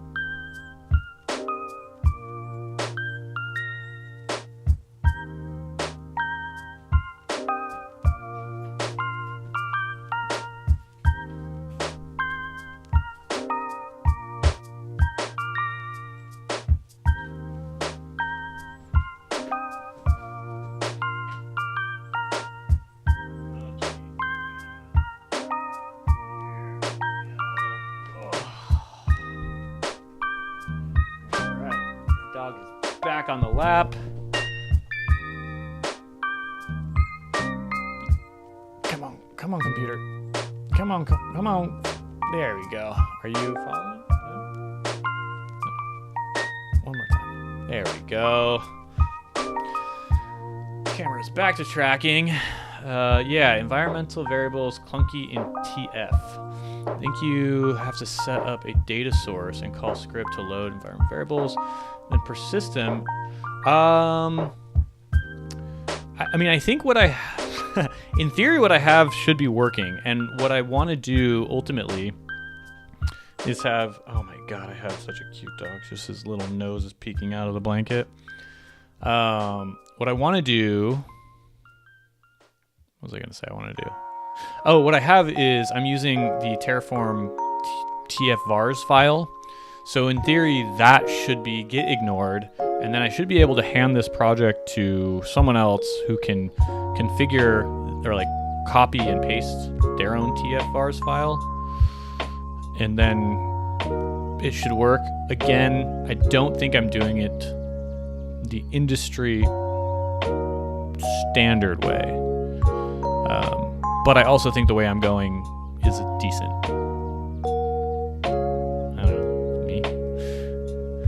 Okay, let's see. Let's see where we are. Let's just see.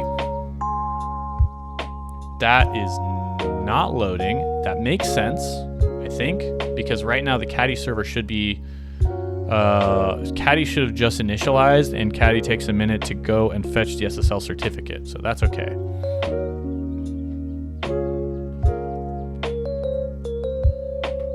Well, I appreciate that validation. I saw something too that was pretty interesting. I saw two approaches that I'll show off here in this Terraform file. So one, I saw this is you can basically let me start here. I am using Terraform in a way that is not correct, because I am using Terraform to provision my infrastructure and deploy my code and like run my application. And I think those are two separate concerns. Like one should be provisioning infrastructure, one should be CI/CD, which like updates your code. That said, I've kind of squished it into one. So when you squish it into one, then you're left with this question of environment variables. And in Terraform, environment variables can either be, a variable file. You can use the tfvars file. You can maybe use, or like, let's not say environment variables. Let's say configuration variables. You can either use, a variable that you ask the user as the script is running and provisioning things. You can have a tfvars file that is a file that contains the variables. You can have a local block, like a local scripted block, and just like hard code it. Sure. Probably not if you have secrets. Then the other option is, how do you handle environment variables in the application layer? And that's actually slightly different. And in the JavaScript world, everything is kind of landed on using .env files. So my question was, can I use .env files with Terraform, or the other way around, use my Terraform variables to generate an env file? And what I found was online, you can do this weird sort of magic where Terraform will read from a .env file on the file system and basically assign all of the somehow create an output. I forget. Output is not the right thing, but I think you would be able to do like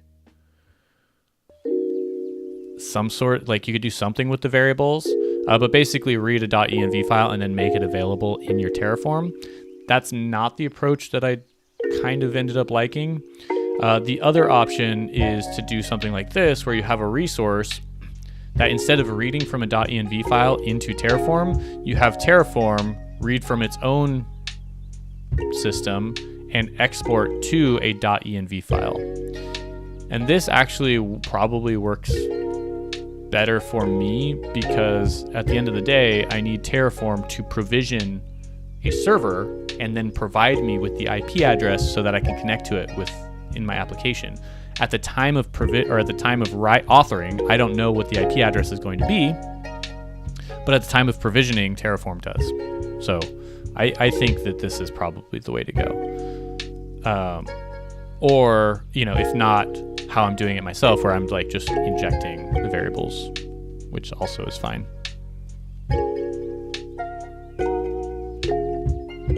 No.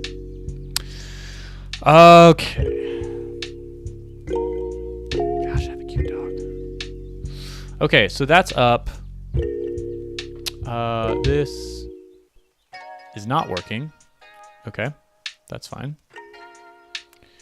Let's check here. Let's SSH root at that. Yes, that's fine. ls cool. cd into the app. ls cool. We're going to cat the temp file. That is correct. We have correct domain. I think we have the correct port, application port.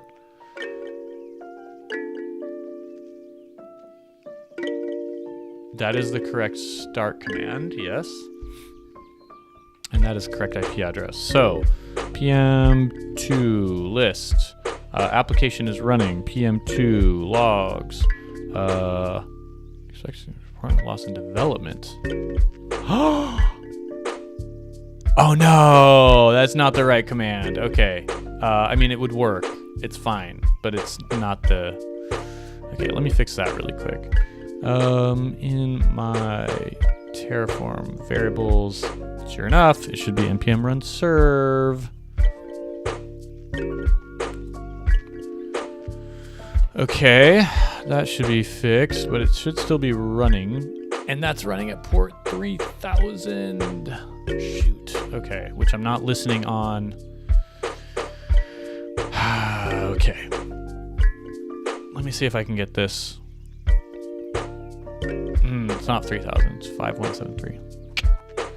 Let's see if I can fix this just for the time being. So application is running.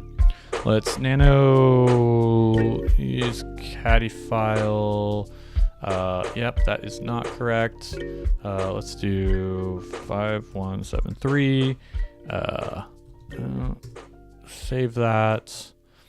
And then my server init, I think I need to reload caddy. Okay, that in theory should get my reverse proxy connected correctly.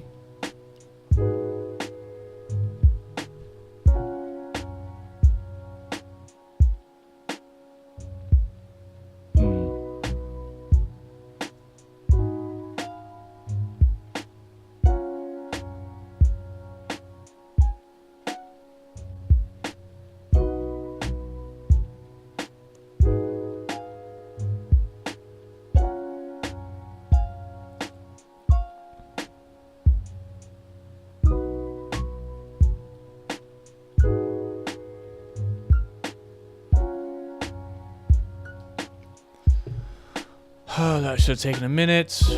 Reload. Oh, that's not looking good. Let's do caddy status.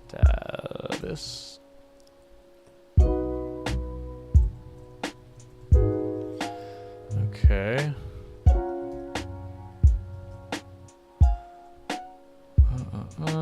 Seems to be working.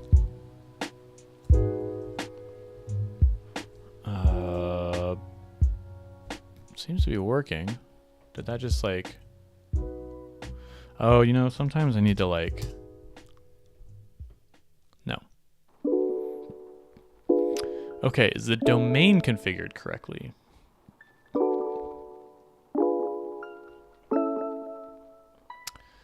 Okay.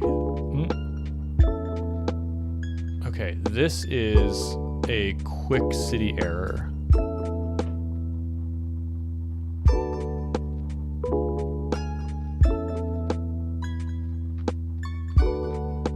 Yeah, this is Qwik. That's Qwik. So pm2 logs. Ah, okay. Error connection refused. There. So it's not able to connect to my database. Great. Kind of. I mean, not great, but. Okay. Internal server error, connection refused, trying to connect to 87. That is the IP address for my Linode instance, and it is supposed to be connecting to a different server. So I have the wrong IP address. Cool. Kind of. Let's see. That Terraform magic line you have looks like a shortcut to run the shell script inside of data block in TF to read. Yeah, it's something like that. So and honestly, after talking through it, it's not even what I want to do because again, I wouldn't like when I author the env file, I won't have all of the information I need, which comes from some of the Terraform, like the stuff that I provision with Terraform. So yeah, it's a it's a magic line supposedly, but meh, it's gone. Okay, what do I need? Haha, there we go. That's the problem there. This should be database IP address. Oh, it's coming along. It is getting there. It is coming along.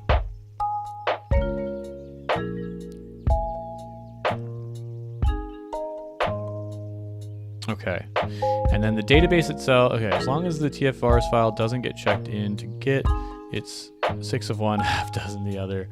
Yeah, well, yes and no. I mean, yes.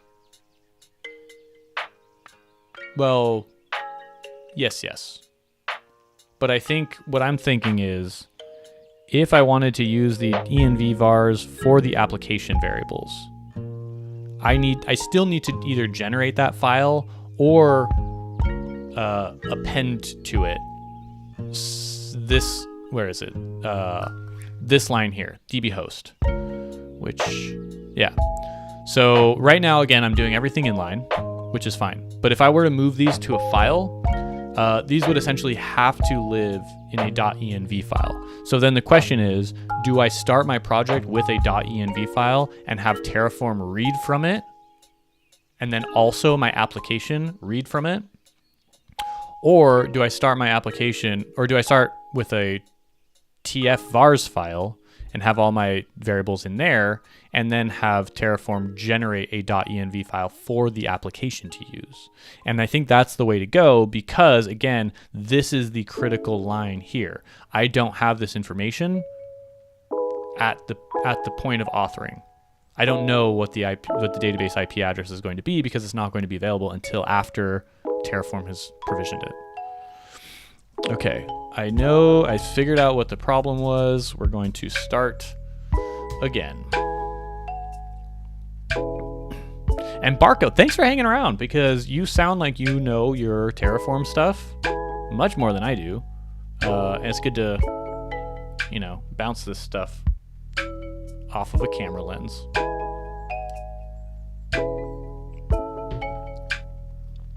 But yeah, TFRs is get ignored.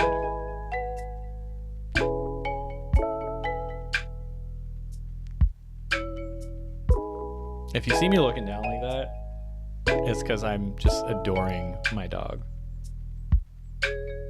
on my lap. He's on my lap, but his snout is like that.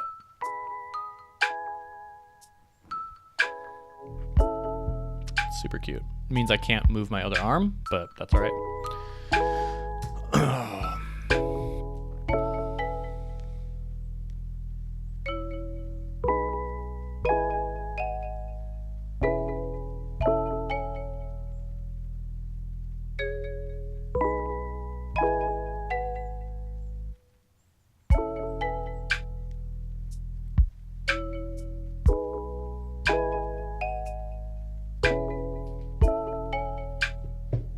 Happy doggy. That's right.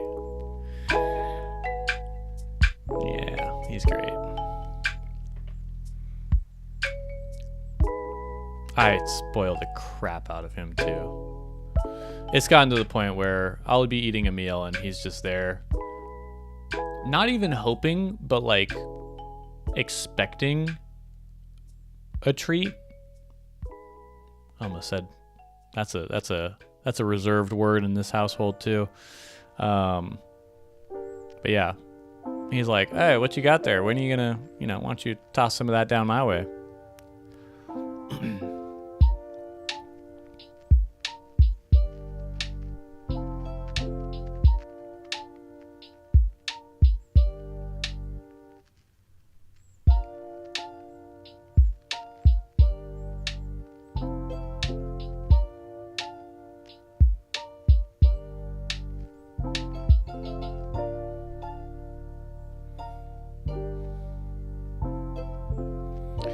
Ooh, new LinkedIn friend. Who's... Oh, Sam. Sam, who was on the stream earlier.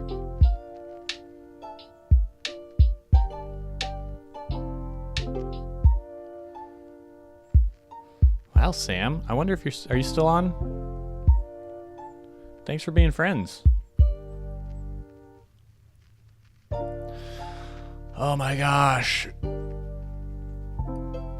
Talking about my dog being spoiled, and here I am being super spoiled about all of this amazing technology that other people have built so I don't have to, and just like complaining about how long it takes. Ugh. This takes so long to provision my 2 servers and my database and my application and copy my code and connect my domain and install an SSL certificate and build my production assets and get it up and running. Not super cool. Barcode. Do you use Ubuntu for a workstation, or is that the server terminal? It is Ubuntu, and it is my workstation, and I also use it for my server. I was running Windows. Like, I started developing on a Windows machine, and soon after learned, this was like 10 years ago, learned that I probably would be better off with Linux. And I was, so then I was dual booting for a while, and then had another job. Well, basically at my current job, I work at a company now. It's like a very large company, and it's very security focused. So we have our own like firewall.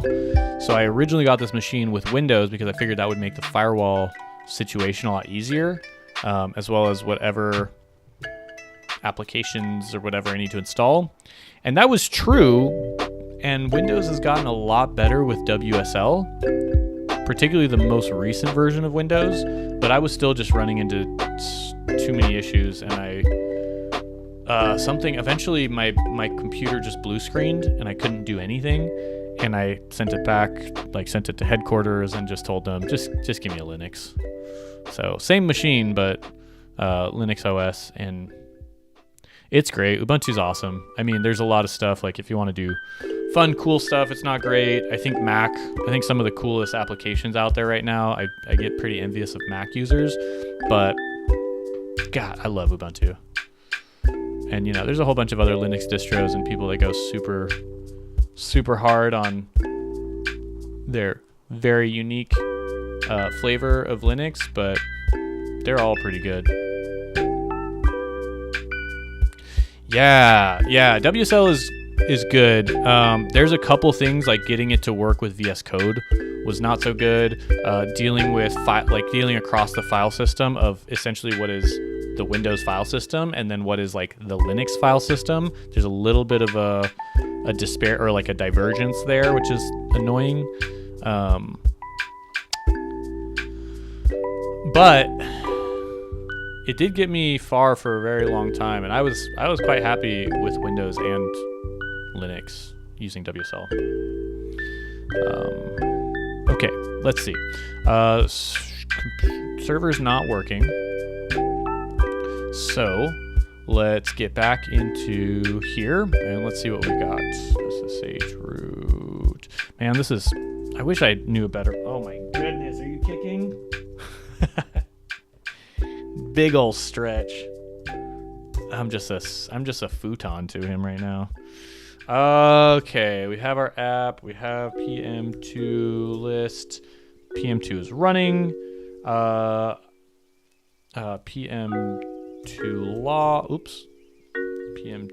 logs. The server is running. Okay, let's do what is the command system CTL or something? Check caddy logs. Can never remember this.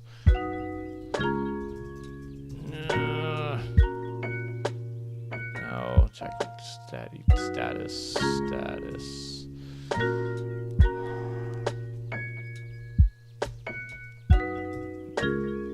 Oh my gosh, where is it?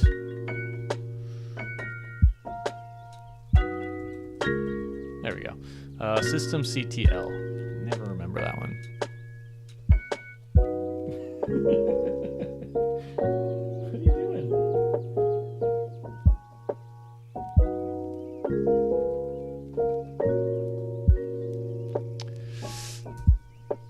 Okay, that's running. Oh, you know what it might have been, actually? I really hope it was this. It was not that. I was thinking it might have been, sometimes Caddy takes a minute to start up because it is provisioning an SSL certificate. Domains. Is the domain name configured correctly?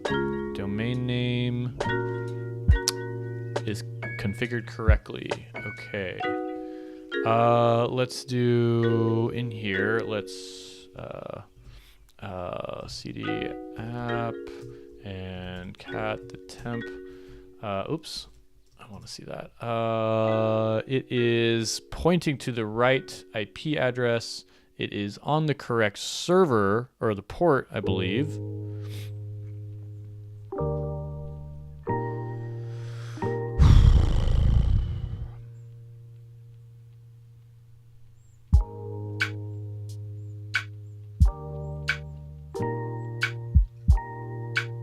Okay, let's do cat the EC caddy file.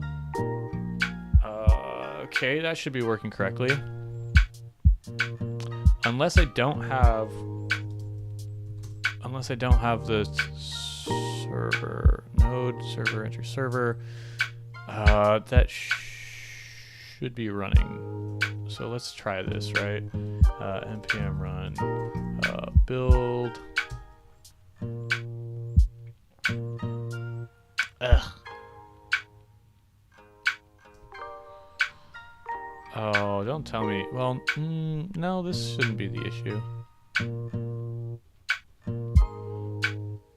What? Starts with.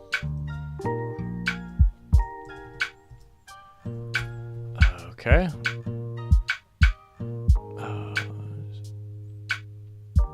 Okay, how do I ignore... TypeScript. I need to ignore libs.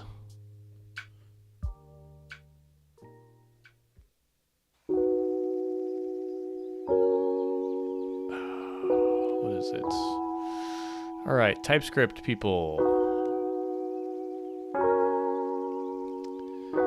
TypeScript ignore. Oh my gosh, what are you kicking about? What are you kicking for? What are you doing, man? You asleep or what? It's pushing up against me. He's so spoiled. Excuse me for not being the most comfortable bed in the world. Okay, skip lib check. That is what I was hoping, or was looking for. That is set. So why am I checking types on node modules? All right, I'm gonna put you down because you're having a little moment. There we go. Okay. Why don't you fall asleep there? Exclude node modules. I think, yeah, in my experience, that has never been the thing. I don't think I can, I don't know if I can even exclude. Okay, I can exclude, and I guess it would be node underscore modules. I don't think this is going to work.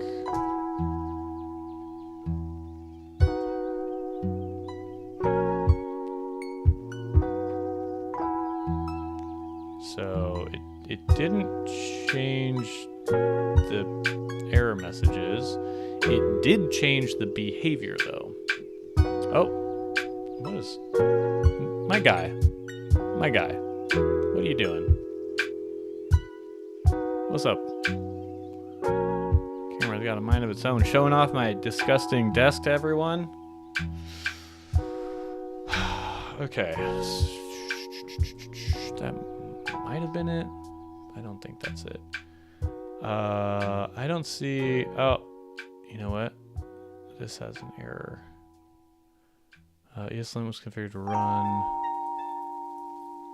However, include this file. How do I ignore this? Is there a no quick fix? That's fine. False positive. problem is this is getting hung up. So I'm going to do this. I'm just going to work around it. I'm going to do npm run build client and npm run build server. And that's going to ignore all the TypeScript checking, which is fine. npm run serve. That should have my application running at localhost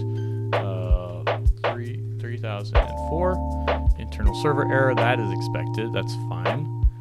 But I want to see this same error here. And now there's one thing that I'm worried about.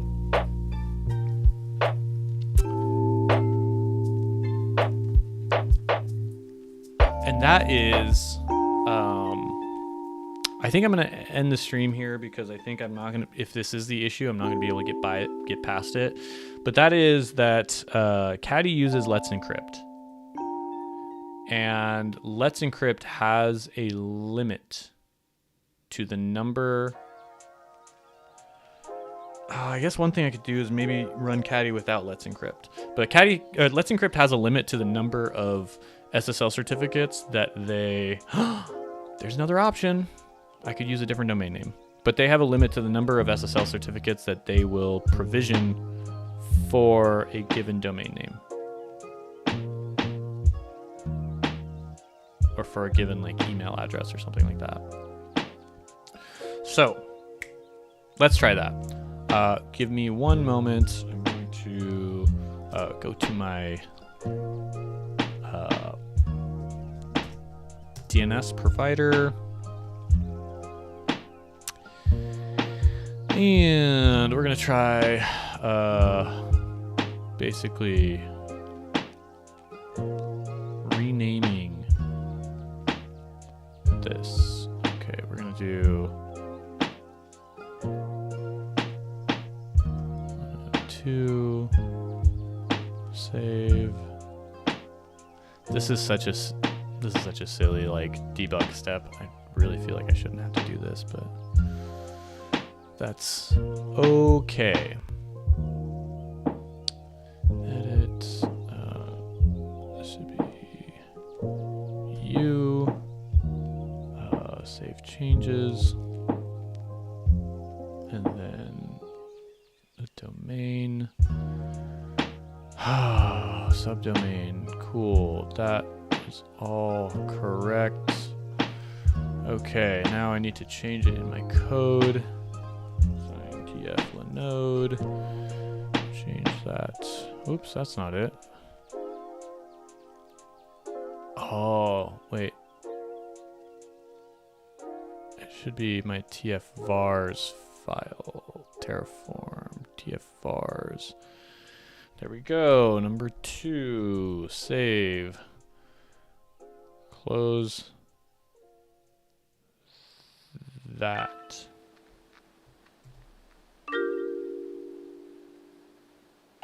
Yes. Okay. That should all be set. I'm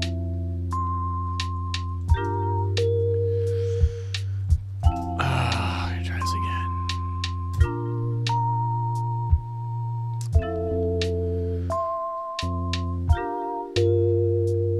I'm gonna destroy everything. I think I might have some code changes that need to be pushed up. Yeah.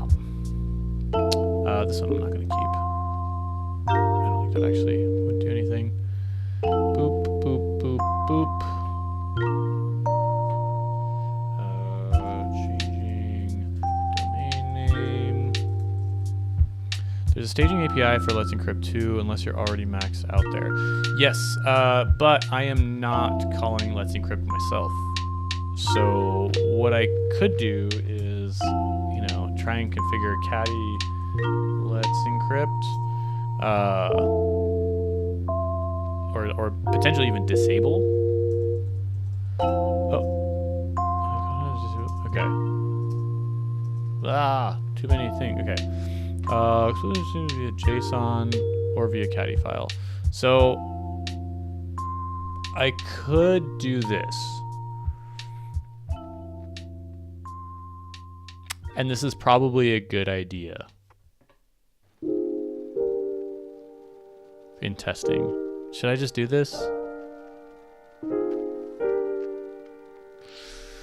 All right, let's do this. Remove all of the moving parts, right? Let's do how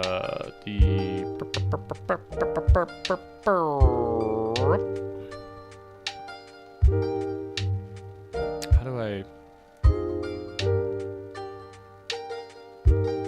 I'm pretty sure it would just go here.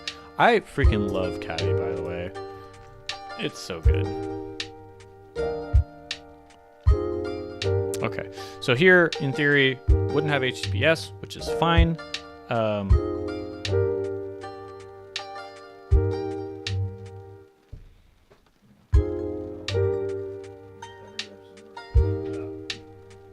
shoot, I'm doing it again, aren't I? Stupid camera.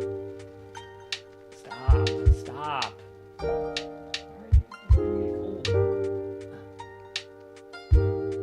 Okay. I do like that the camera follows me, though. It's kind of cool. Okay, we're going to do that. We're going to, update this stuff. Removing SSL. Sure. Send that up. And then hit that up. Yo, Barco, so what's the Detroit roller derby scene like? I bet you got something going on. I only asked because I'm in Portland. We got the number one roller derby team in the world. Rose City Rollers, baby. Detroit roller derby. And we got a doubleheader this weekend. Oh, Detroit roller derby. Nice. What do we got? 217. Oh, see, this is 217 is the next one. Cool. Oh, 2023. No, 323 is the next one. 2024. Do you think they got the dates wrong on that, or was there like a whole year apart? Feels like that was because then before that was. Wait, what? Oh no, I see. Game 5, game 6, game 7. This must be mistyped. Rollers. Let's see. Oh shoot. Let's see. What do we got? Oh, using cat. Okay, I might do that. Yeah. Let's see. Does YouTube eat links? Maybe. I don't think I'm seeing the links, but. My guy, calm down. Google that first results. My girlfriend did roller derby up in Traverse City before cherry rollers. That's awesome. Yeah, dude, roller derby is the best.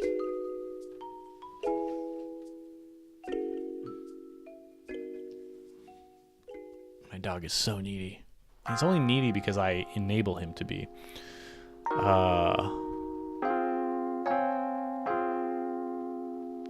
I don't know. I don't know why I'm looking at Detroit roller derby. It's not like I'm gonna show up for about anytime soon. But hey, if I ever roll through, I'd be down to check it out. Rose City Rollers, though, so good. Doubleheader this weekend. My Heartless Heathers, they're great.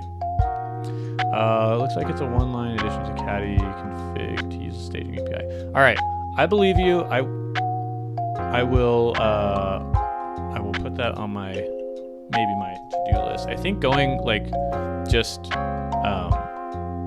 no SSL is equally as good and would actually be faster. Apply complete, added, changed, 0, destroyed. What did I do? Was that I built that, right? I think I built that. I guess I could just very easily burp.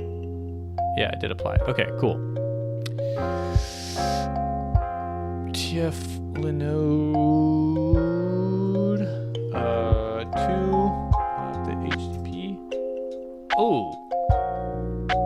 Okay. Interesting. Interesting. Domain is connected. IP address must be correct.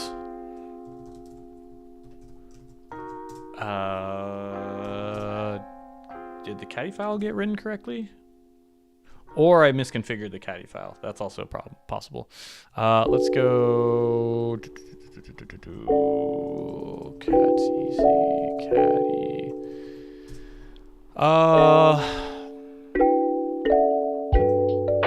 Okay. Okay.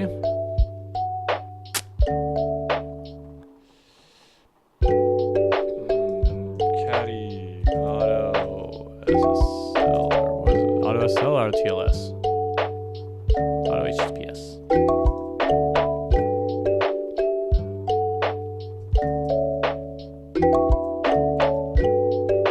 Do we have an example of this?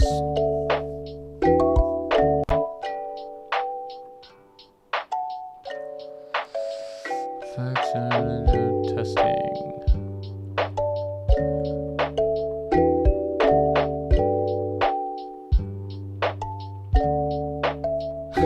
There you go. For up to a week. Oh, that would be pretty bad. It's not subject. Which has a staging point. Okay. How do I do that? I guess what you showed me over here. Okay. First time testing you at work for domain configuration. Choose a staging environment. Easy to do in caddy. At the top of your caddy file, specify global options. Okay. So that that would go here. This was actually good advice.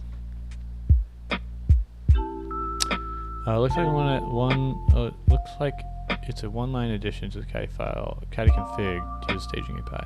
Yes, I believe you. I also just want to know how to do the other version. HTTP challenge, on demand, errors, storage, wildcard. Okay, you can customize or disable. I want to disable.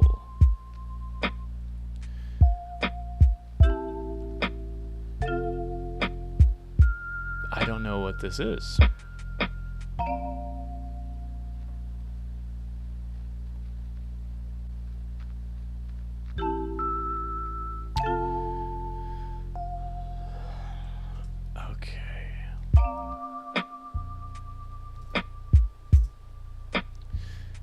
Okay, TLS options. But where does this go?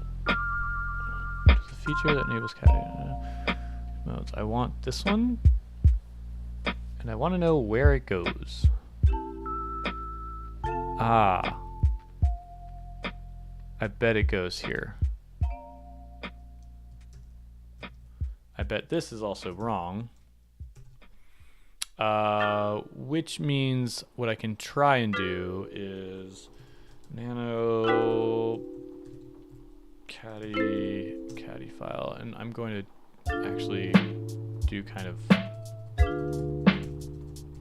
all of these changes at the same time.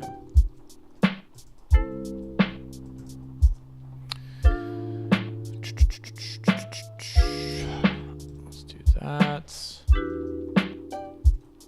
Ah! No? There we go. Alright, in theory, this should get both, right? In theory. And the good news is, we do know that caddy was configured correctly.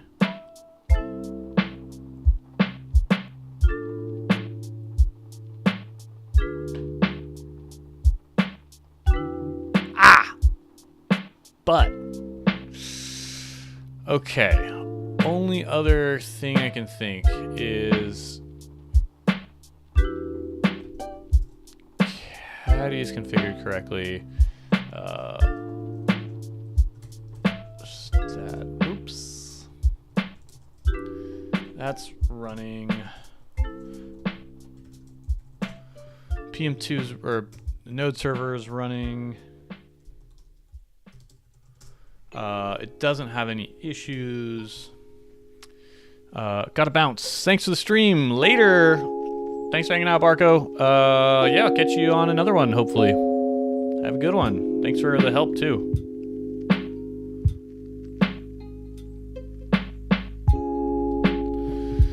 Okay, the fix here that I can think is Caddy might be trying to set the reverse proxy to the wrong port.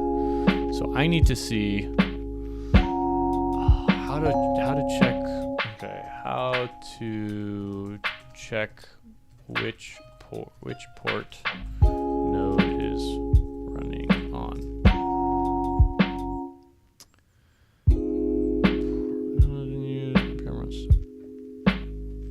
Okay, that might be it. Awesome.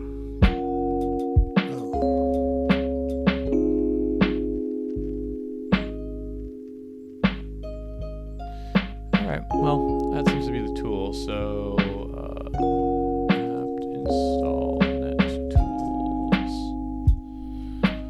Thank you. And 3004.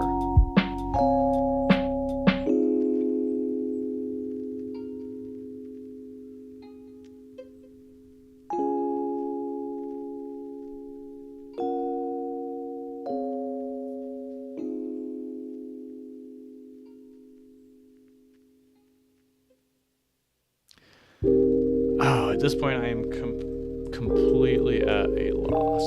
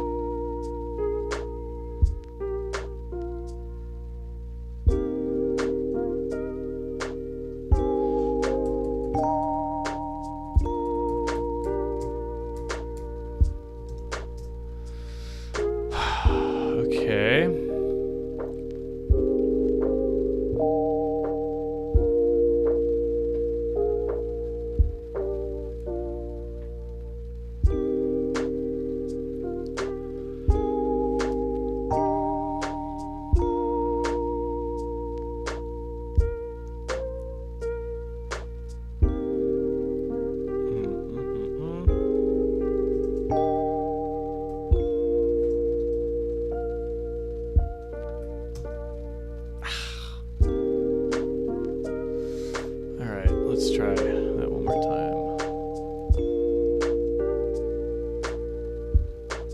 Nah. Okay, we are reloading Caddy, and we are going to give it a moment.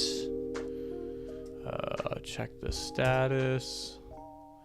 Active running. Caddy server docs. Boo. If this doesn't work, then I'm gonna have to come back to this tomorrow. Okay, that's more promising.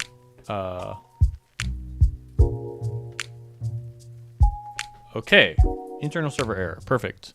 Application is, well, yeah, shouldn't be at HTTPS. Okay, that's fine. That was the problem before, was I have something that's trying to force HTTPS or HTTPS redirect or something. And now what we have is a fake SSL certificate provided by Caddy still, but not from a certificate authority. So it's not a legit SSL, but this is This works. This is good. Cool. It's working. PM2 logs. Okay. I think I'm getting close. I think I'm getting close because now the problem should be what I had before, but I did not actually address. That Pokemon does not exist. That's correct. Great. Now I should have the node environment variables in place. I should be able to run ls. Let's go cd to app. Let's do node, and then console log process.env.db name. Let's see if we can get this one. Undefined. Okay, that is kind of expected. That is actually kind of expected. So what I need is to run the seed.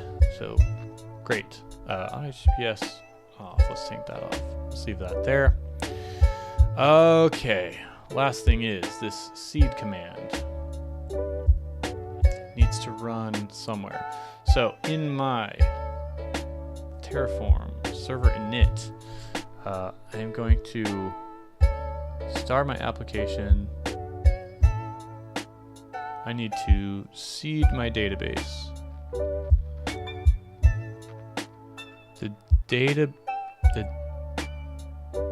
I think I need to do something like this. Start. I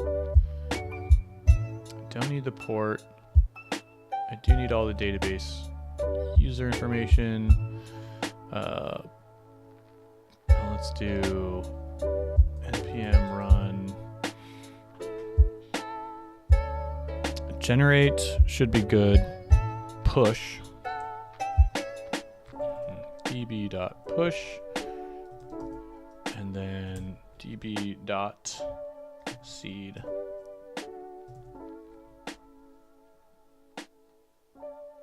Okay, I actually think I am going to export these because I don't think they make sense like that. I'm going to clean that up once I get this working. So let's try this again. Terraform destroy.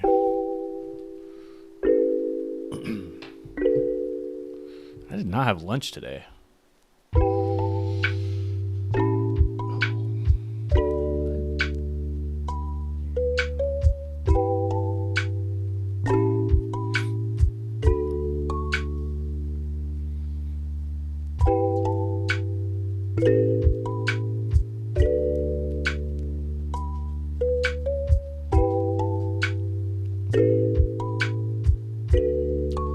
What else is going on Twitch?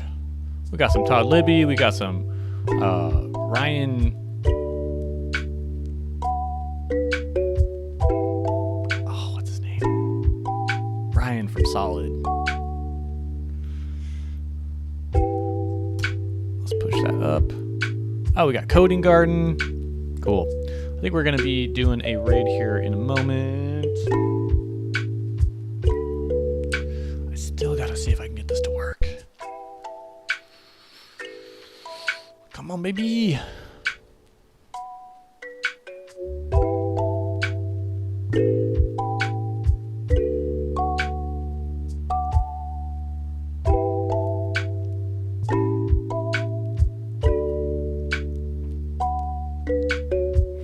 Come on, baby. This is the last try. This is the last try. And it should work.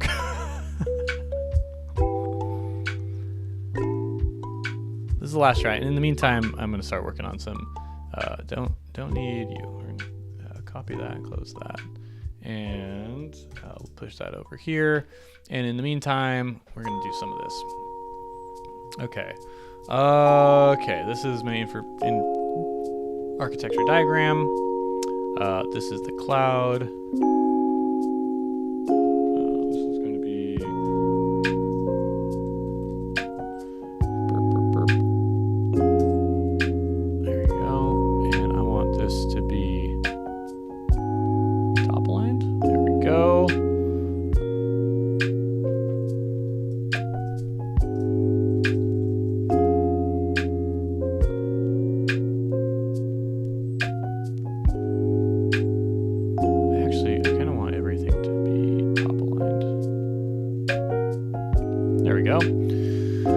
Okay, let's go. This is the app server, which I think is going to be. All right. If anyone's watching right now, emoji combination for an app server. We have appetizers like apps, and then a server guy in a tuxedo, and then here we've got database, which has data and then a base. And I'm not sure which emojis I want to go with that. But let's see. You're gonna go like that. You're gonna go.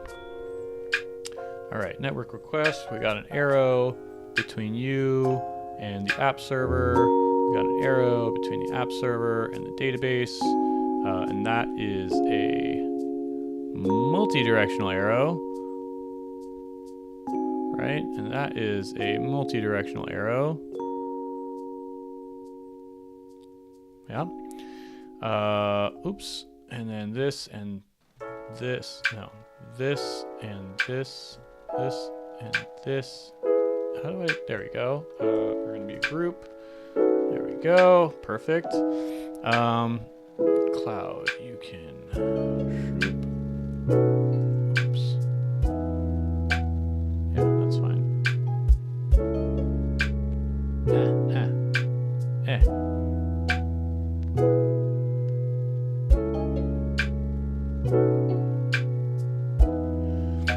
Okay, inside of the cloud, inside of the cloud. Perfect, something like that. Right, but we need like an attacker. Devil, no, imp is one. That's pretty, yeah, I like the imp, okay. Imp also have an arrow between the imp and the database. Cool. Version number 2 is going to have all of this inside of the cloud. We're going to have another rectangle around these.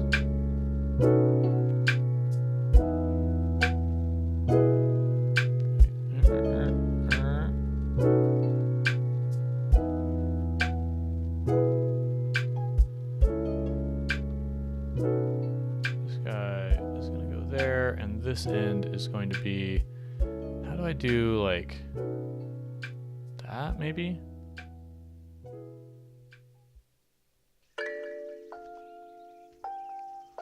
It's gonna be red. I think we're gonna do like a stop. Okay, and then the app server, yeah, app is going to be publicly exposed like that. That looks about right.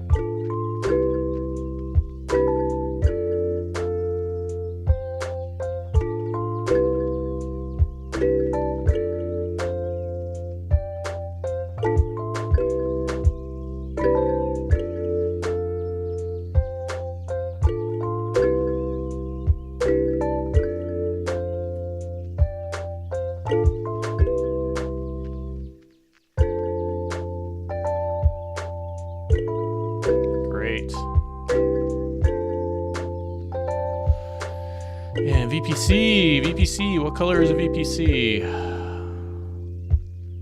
Purple. Or maybe, yeah, we're gonna do cloud is blue, cloud is blue, you and you are gonna be white. White, and then the VPC here is green. You're also, you are also white. You are white. Great.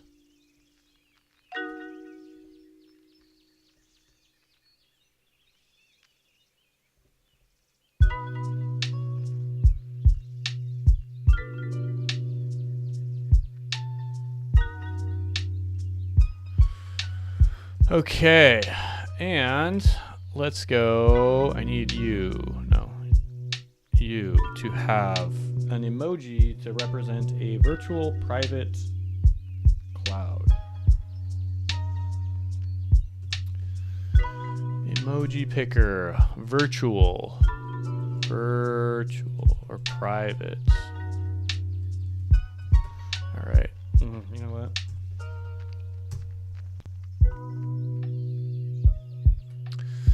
Let's see, virtual private cloud.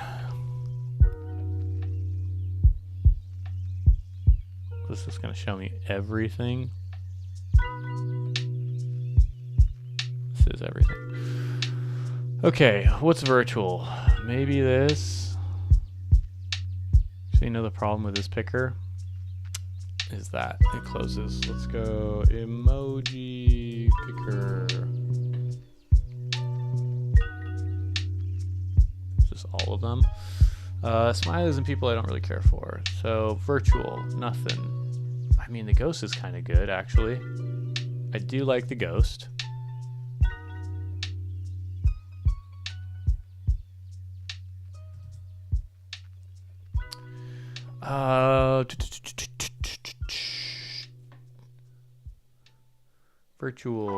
Virtual or private. This is kind of cool. I like this idea.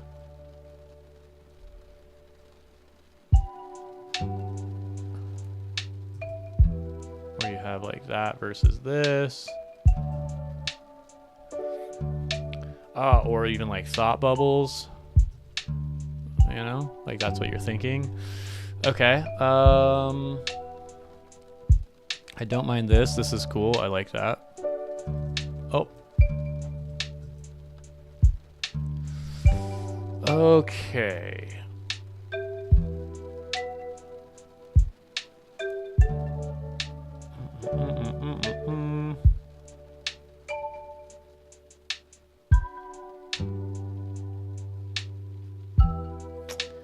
Animals. I don't think animals is gonna be it.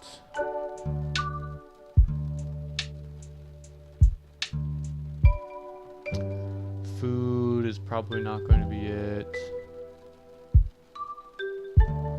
Virtual? Maybe?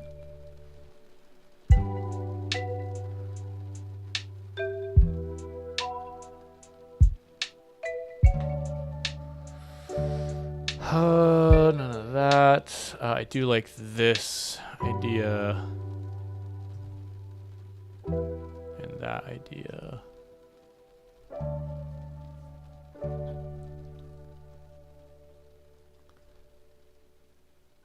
Virtual clock?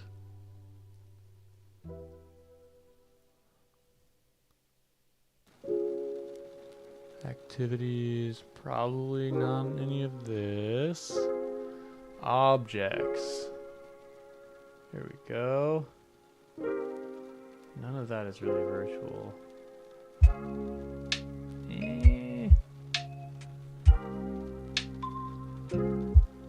don't think there's going to be an emoji for virtual.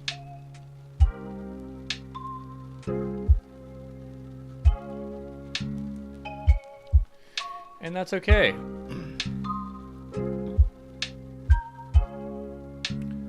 Symbols. Okay. What do we got? Other symbols.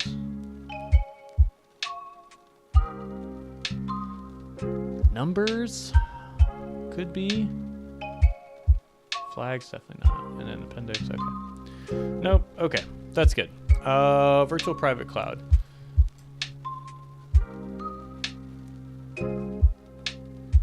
So I'm gonna do, I think I want to do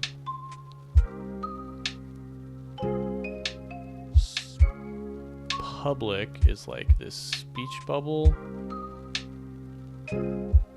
cloud.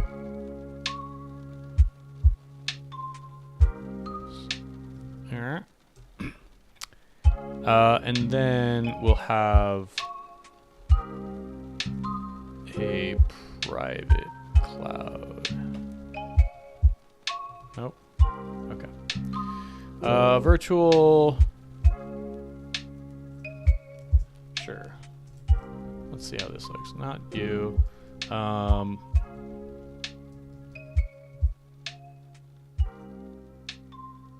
Let me see this idea. Clouds, thoughts versus.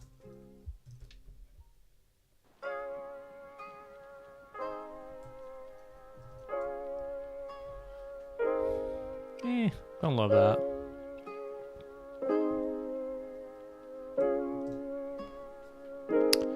Okay, don't like this speech bubble. And then the stop sign versus the no entry. I think I'm gonna get rid of the stop sign. Okay, that's done provisioning, right? So let's see. That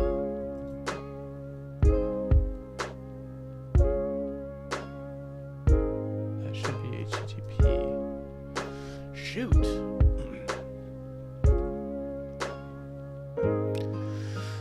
Ah, close. Oh, did I? All right, well, that's as far as I'm going to go.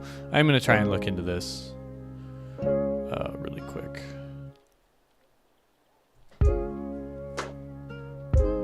What am I doing? Right. Okay, let's see what the heck happened there. Let's SSH root at that. Yes. And then let's nano the /sheets caddy file. It did not do the change that I wanted.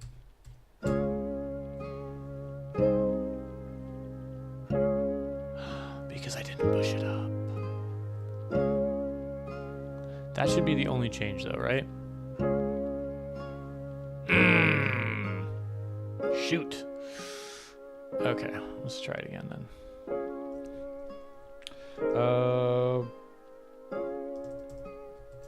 DB migration setup. Let's try that. Push that up. Okay. No. Exit. Exit. Destroy.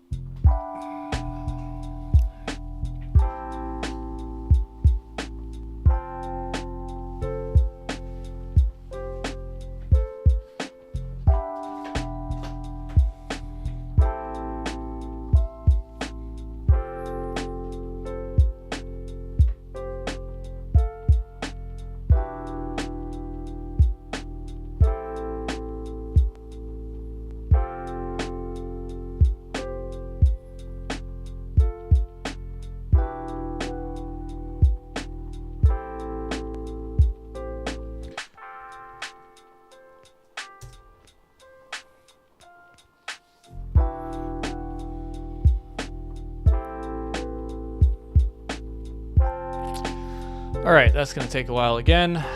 Sorry, dude. Come back to you. Okay, virtual private cloud.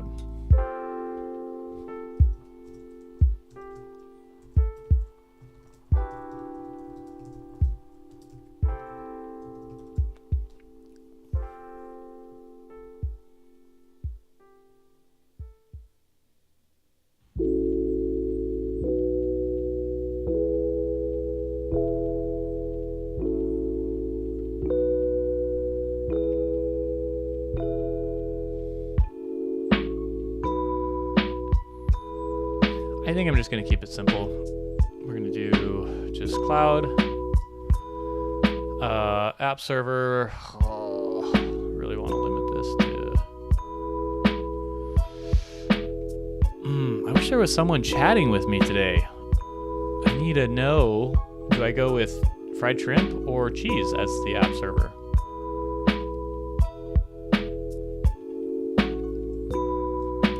Appetizer emoji. Oh, where the heck you been, B1? You been lurking around or what? All right, so cheese is the app. Cool. By the way, congrats on the VIP status. I don't know if you noticed.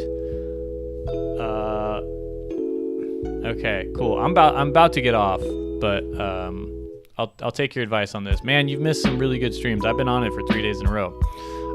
Database. So my thoughts here. I could just do one of these, right? One of these 3 first ones, and then but that's like data. And then I was like, base could be either like a military army base or like a castle. I kind of like the Japanese castle emoji better than this one, but it can also be confused a little bit more. Like if you do emoji and you do castle, oh shoot. Okay, cool, got it. Ooh, that is like such a cooler castle. I'm not gonna. That's way better. So like, is a castle a base? Or do I just do one of these? And if I keep it with just one, then it feels like I need to do... I'm just going to do app. For the longest time, I've stuck with server, but this is what I'm going to do. App, and then database. We're not going to do the castle. Or the helmet. You can help me pick one of these. Yeah, that castle is way cooler. I'm not going to do the castle, but which one of these is a better database? I feel like maybe the file explorer, or the file cabinet. Okay, so cloud, simplify this. Boop, boop. Virtual private cloud, we will keep the double emoji. Oops, we'll keep the double emoji there because I think that makes sense. And then we'll go with boop, oops, boop, boop, boop, app, and database. File cabinet, yeah, cool. Yeah, it looks the most like a server rack, I guess.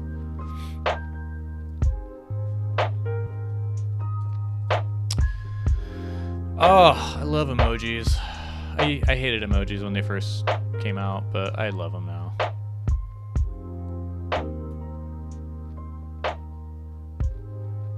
Can't deny it. I know, I think about that stuff too. It's funny. Cool. So this is the state of things. App, database, sure. There we go. That's one. That's number 2. I think this green guy needs to come down a bit and be in the off like that, and then app needs to come down, and then database definitely needs to come down like that.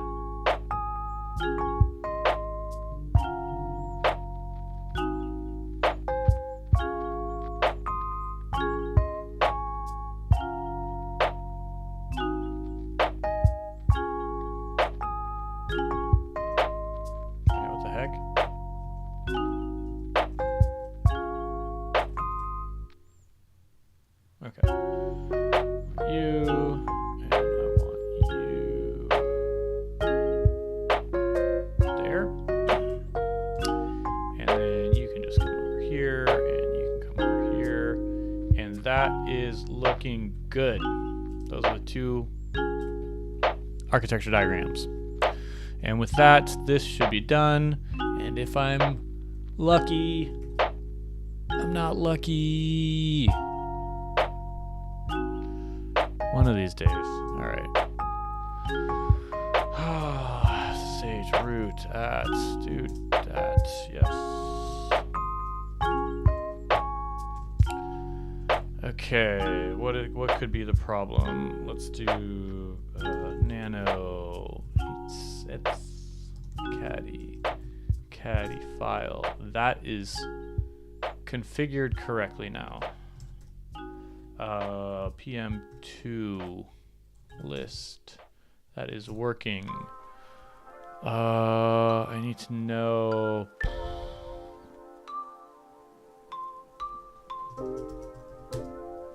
Not secure. Okay, that might actually be working. It's kind of working. Oh, my gosh, that feels so good. Oh my gosh, that feels so much better. I can end on this note. I don't know why the seed command didn't run. So I was able to push. I was not able to seed the database. But I feel like I should be able to run npm run db.seed. Okay. And db host not found. Okay. Interesting.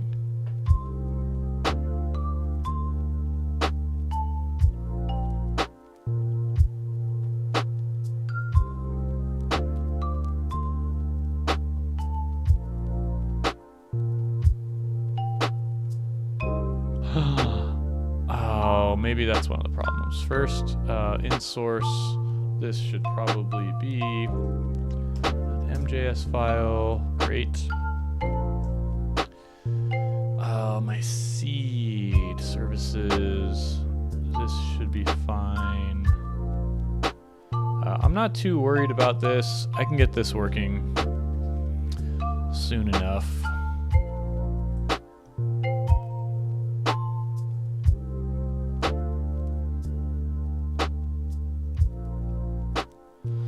So what is the problem? Yeah, man, when you show up at the end of the stream, it seems like I got it on the first try, doesn't it? Oh, no, this is 3 days of struggling. But it's working, kind of. Okay, app, I don't need you. You're done. Okay. Yes, that makes sense. Index.mjs. Oh, that should be MJS. Yeah, that's right. Drizzle config also needs to be MJS.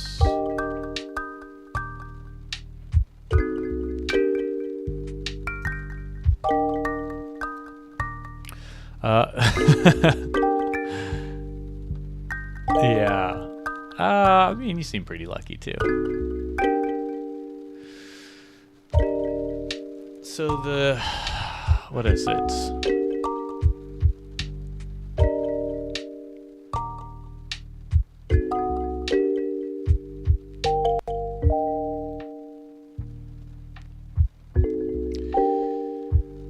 It's so hard to step away from this, especially with the weekend coming. It's like I know I'm not going to remember where I was.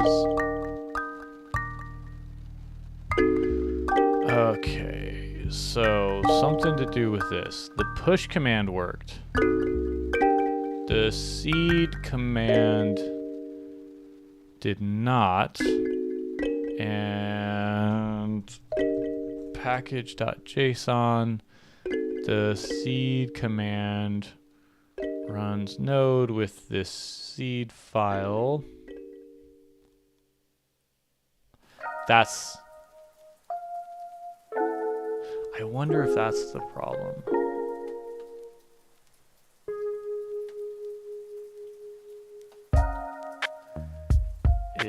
I may not be injecting my environment variables here, but that wouldn't make sense because they are getting into the push command just fine.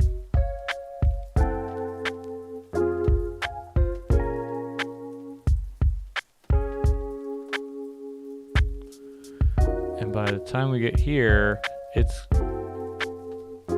going to pull in the database file, which is here. And this database file is going to pull in the config file, which is here, which should have this information. Okay, one more thing I can do. Cat the temp text file. I think it should be working. I mean, clearly it's not, but.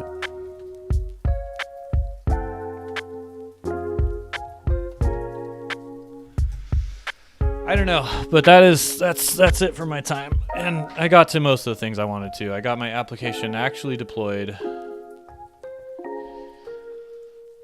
It's not behind the VPC, but I'm going to do that next week. And it's not actually seeding the database, but I'm going to do that next week. And I think this is close enough for me. Cool. All right, where are we going with this raid? Yeah, I think I actually had to delete my last video on demand because I raided someone but then forgot to stop streaming. So that was a problem. But yeah, let's do it. Let's go raid. Who we raiding? Let's raid Ryan Carniato. I remembered his name. Ryan Solid.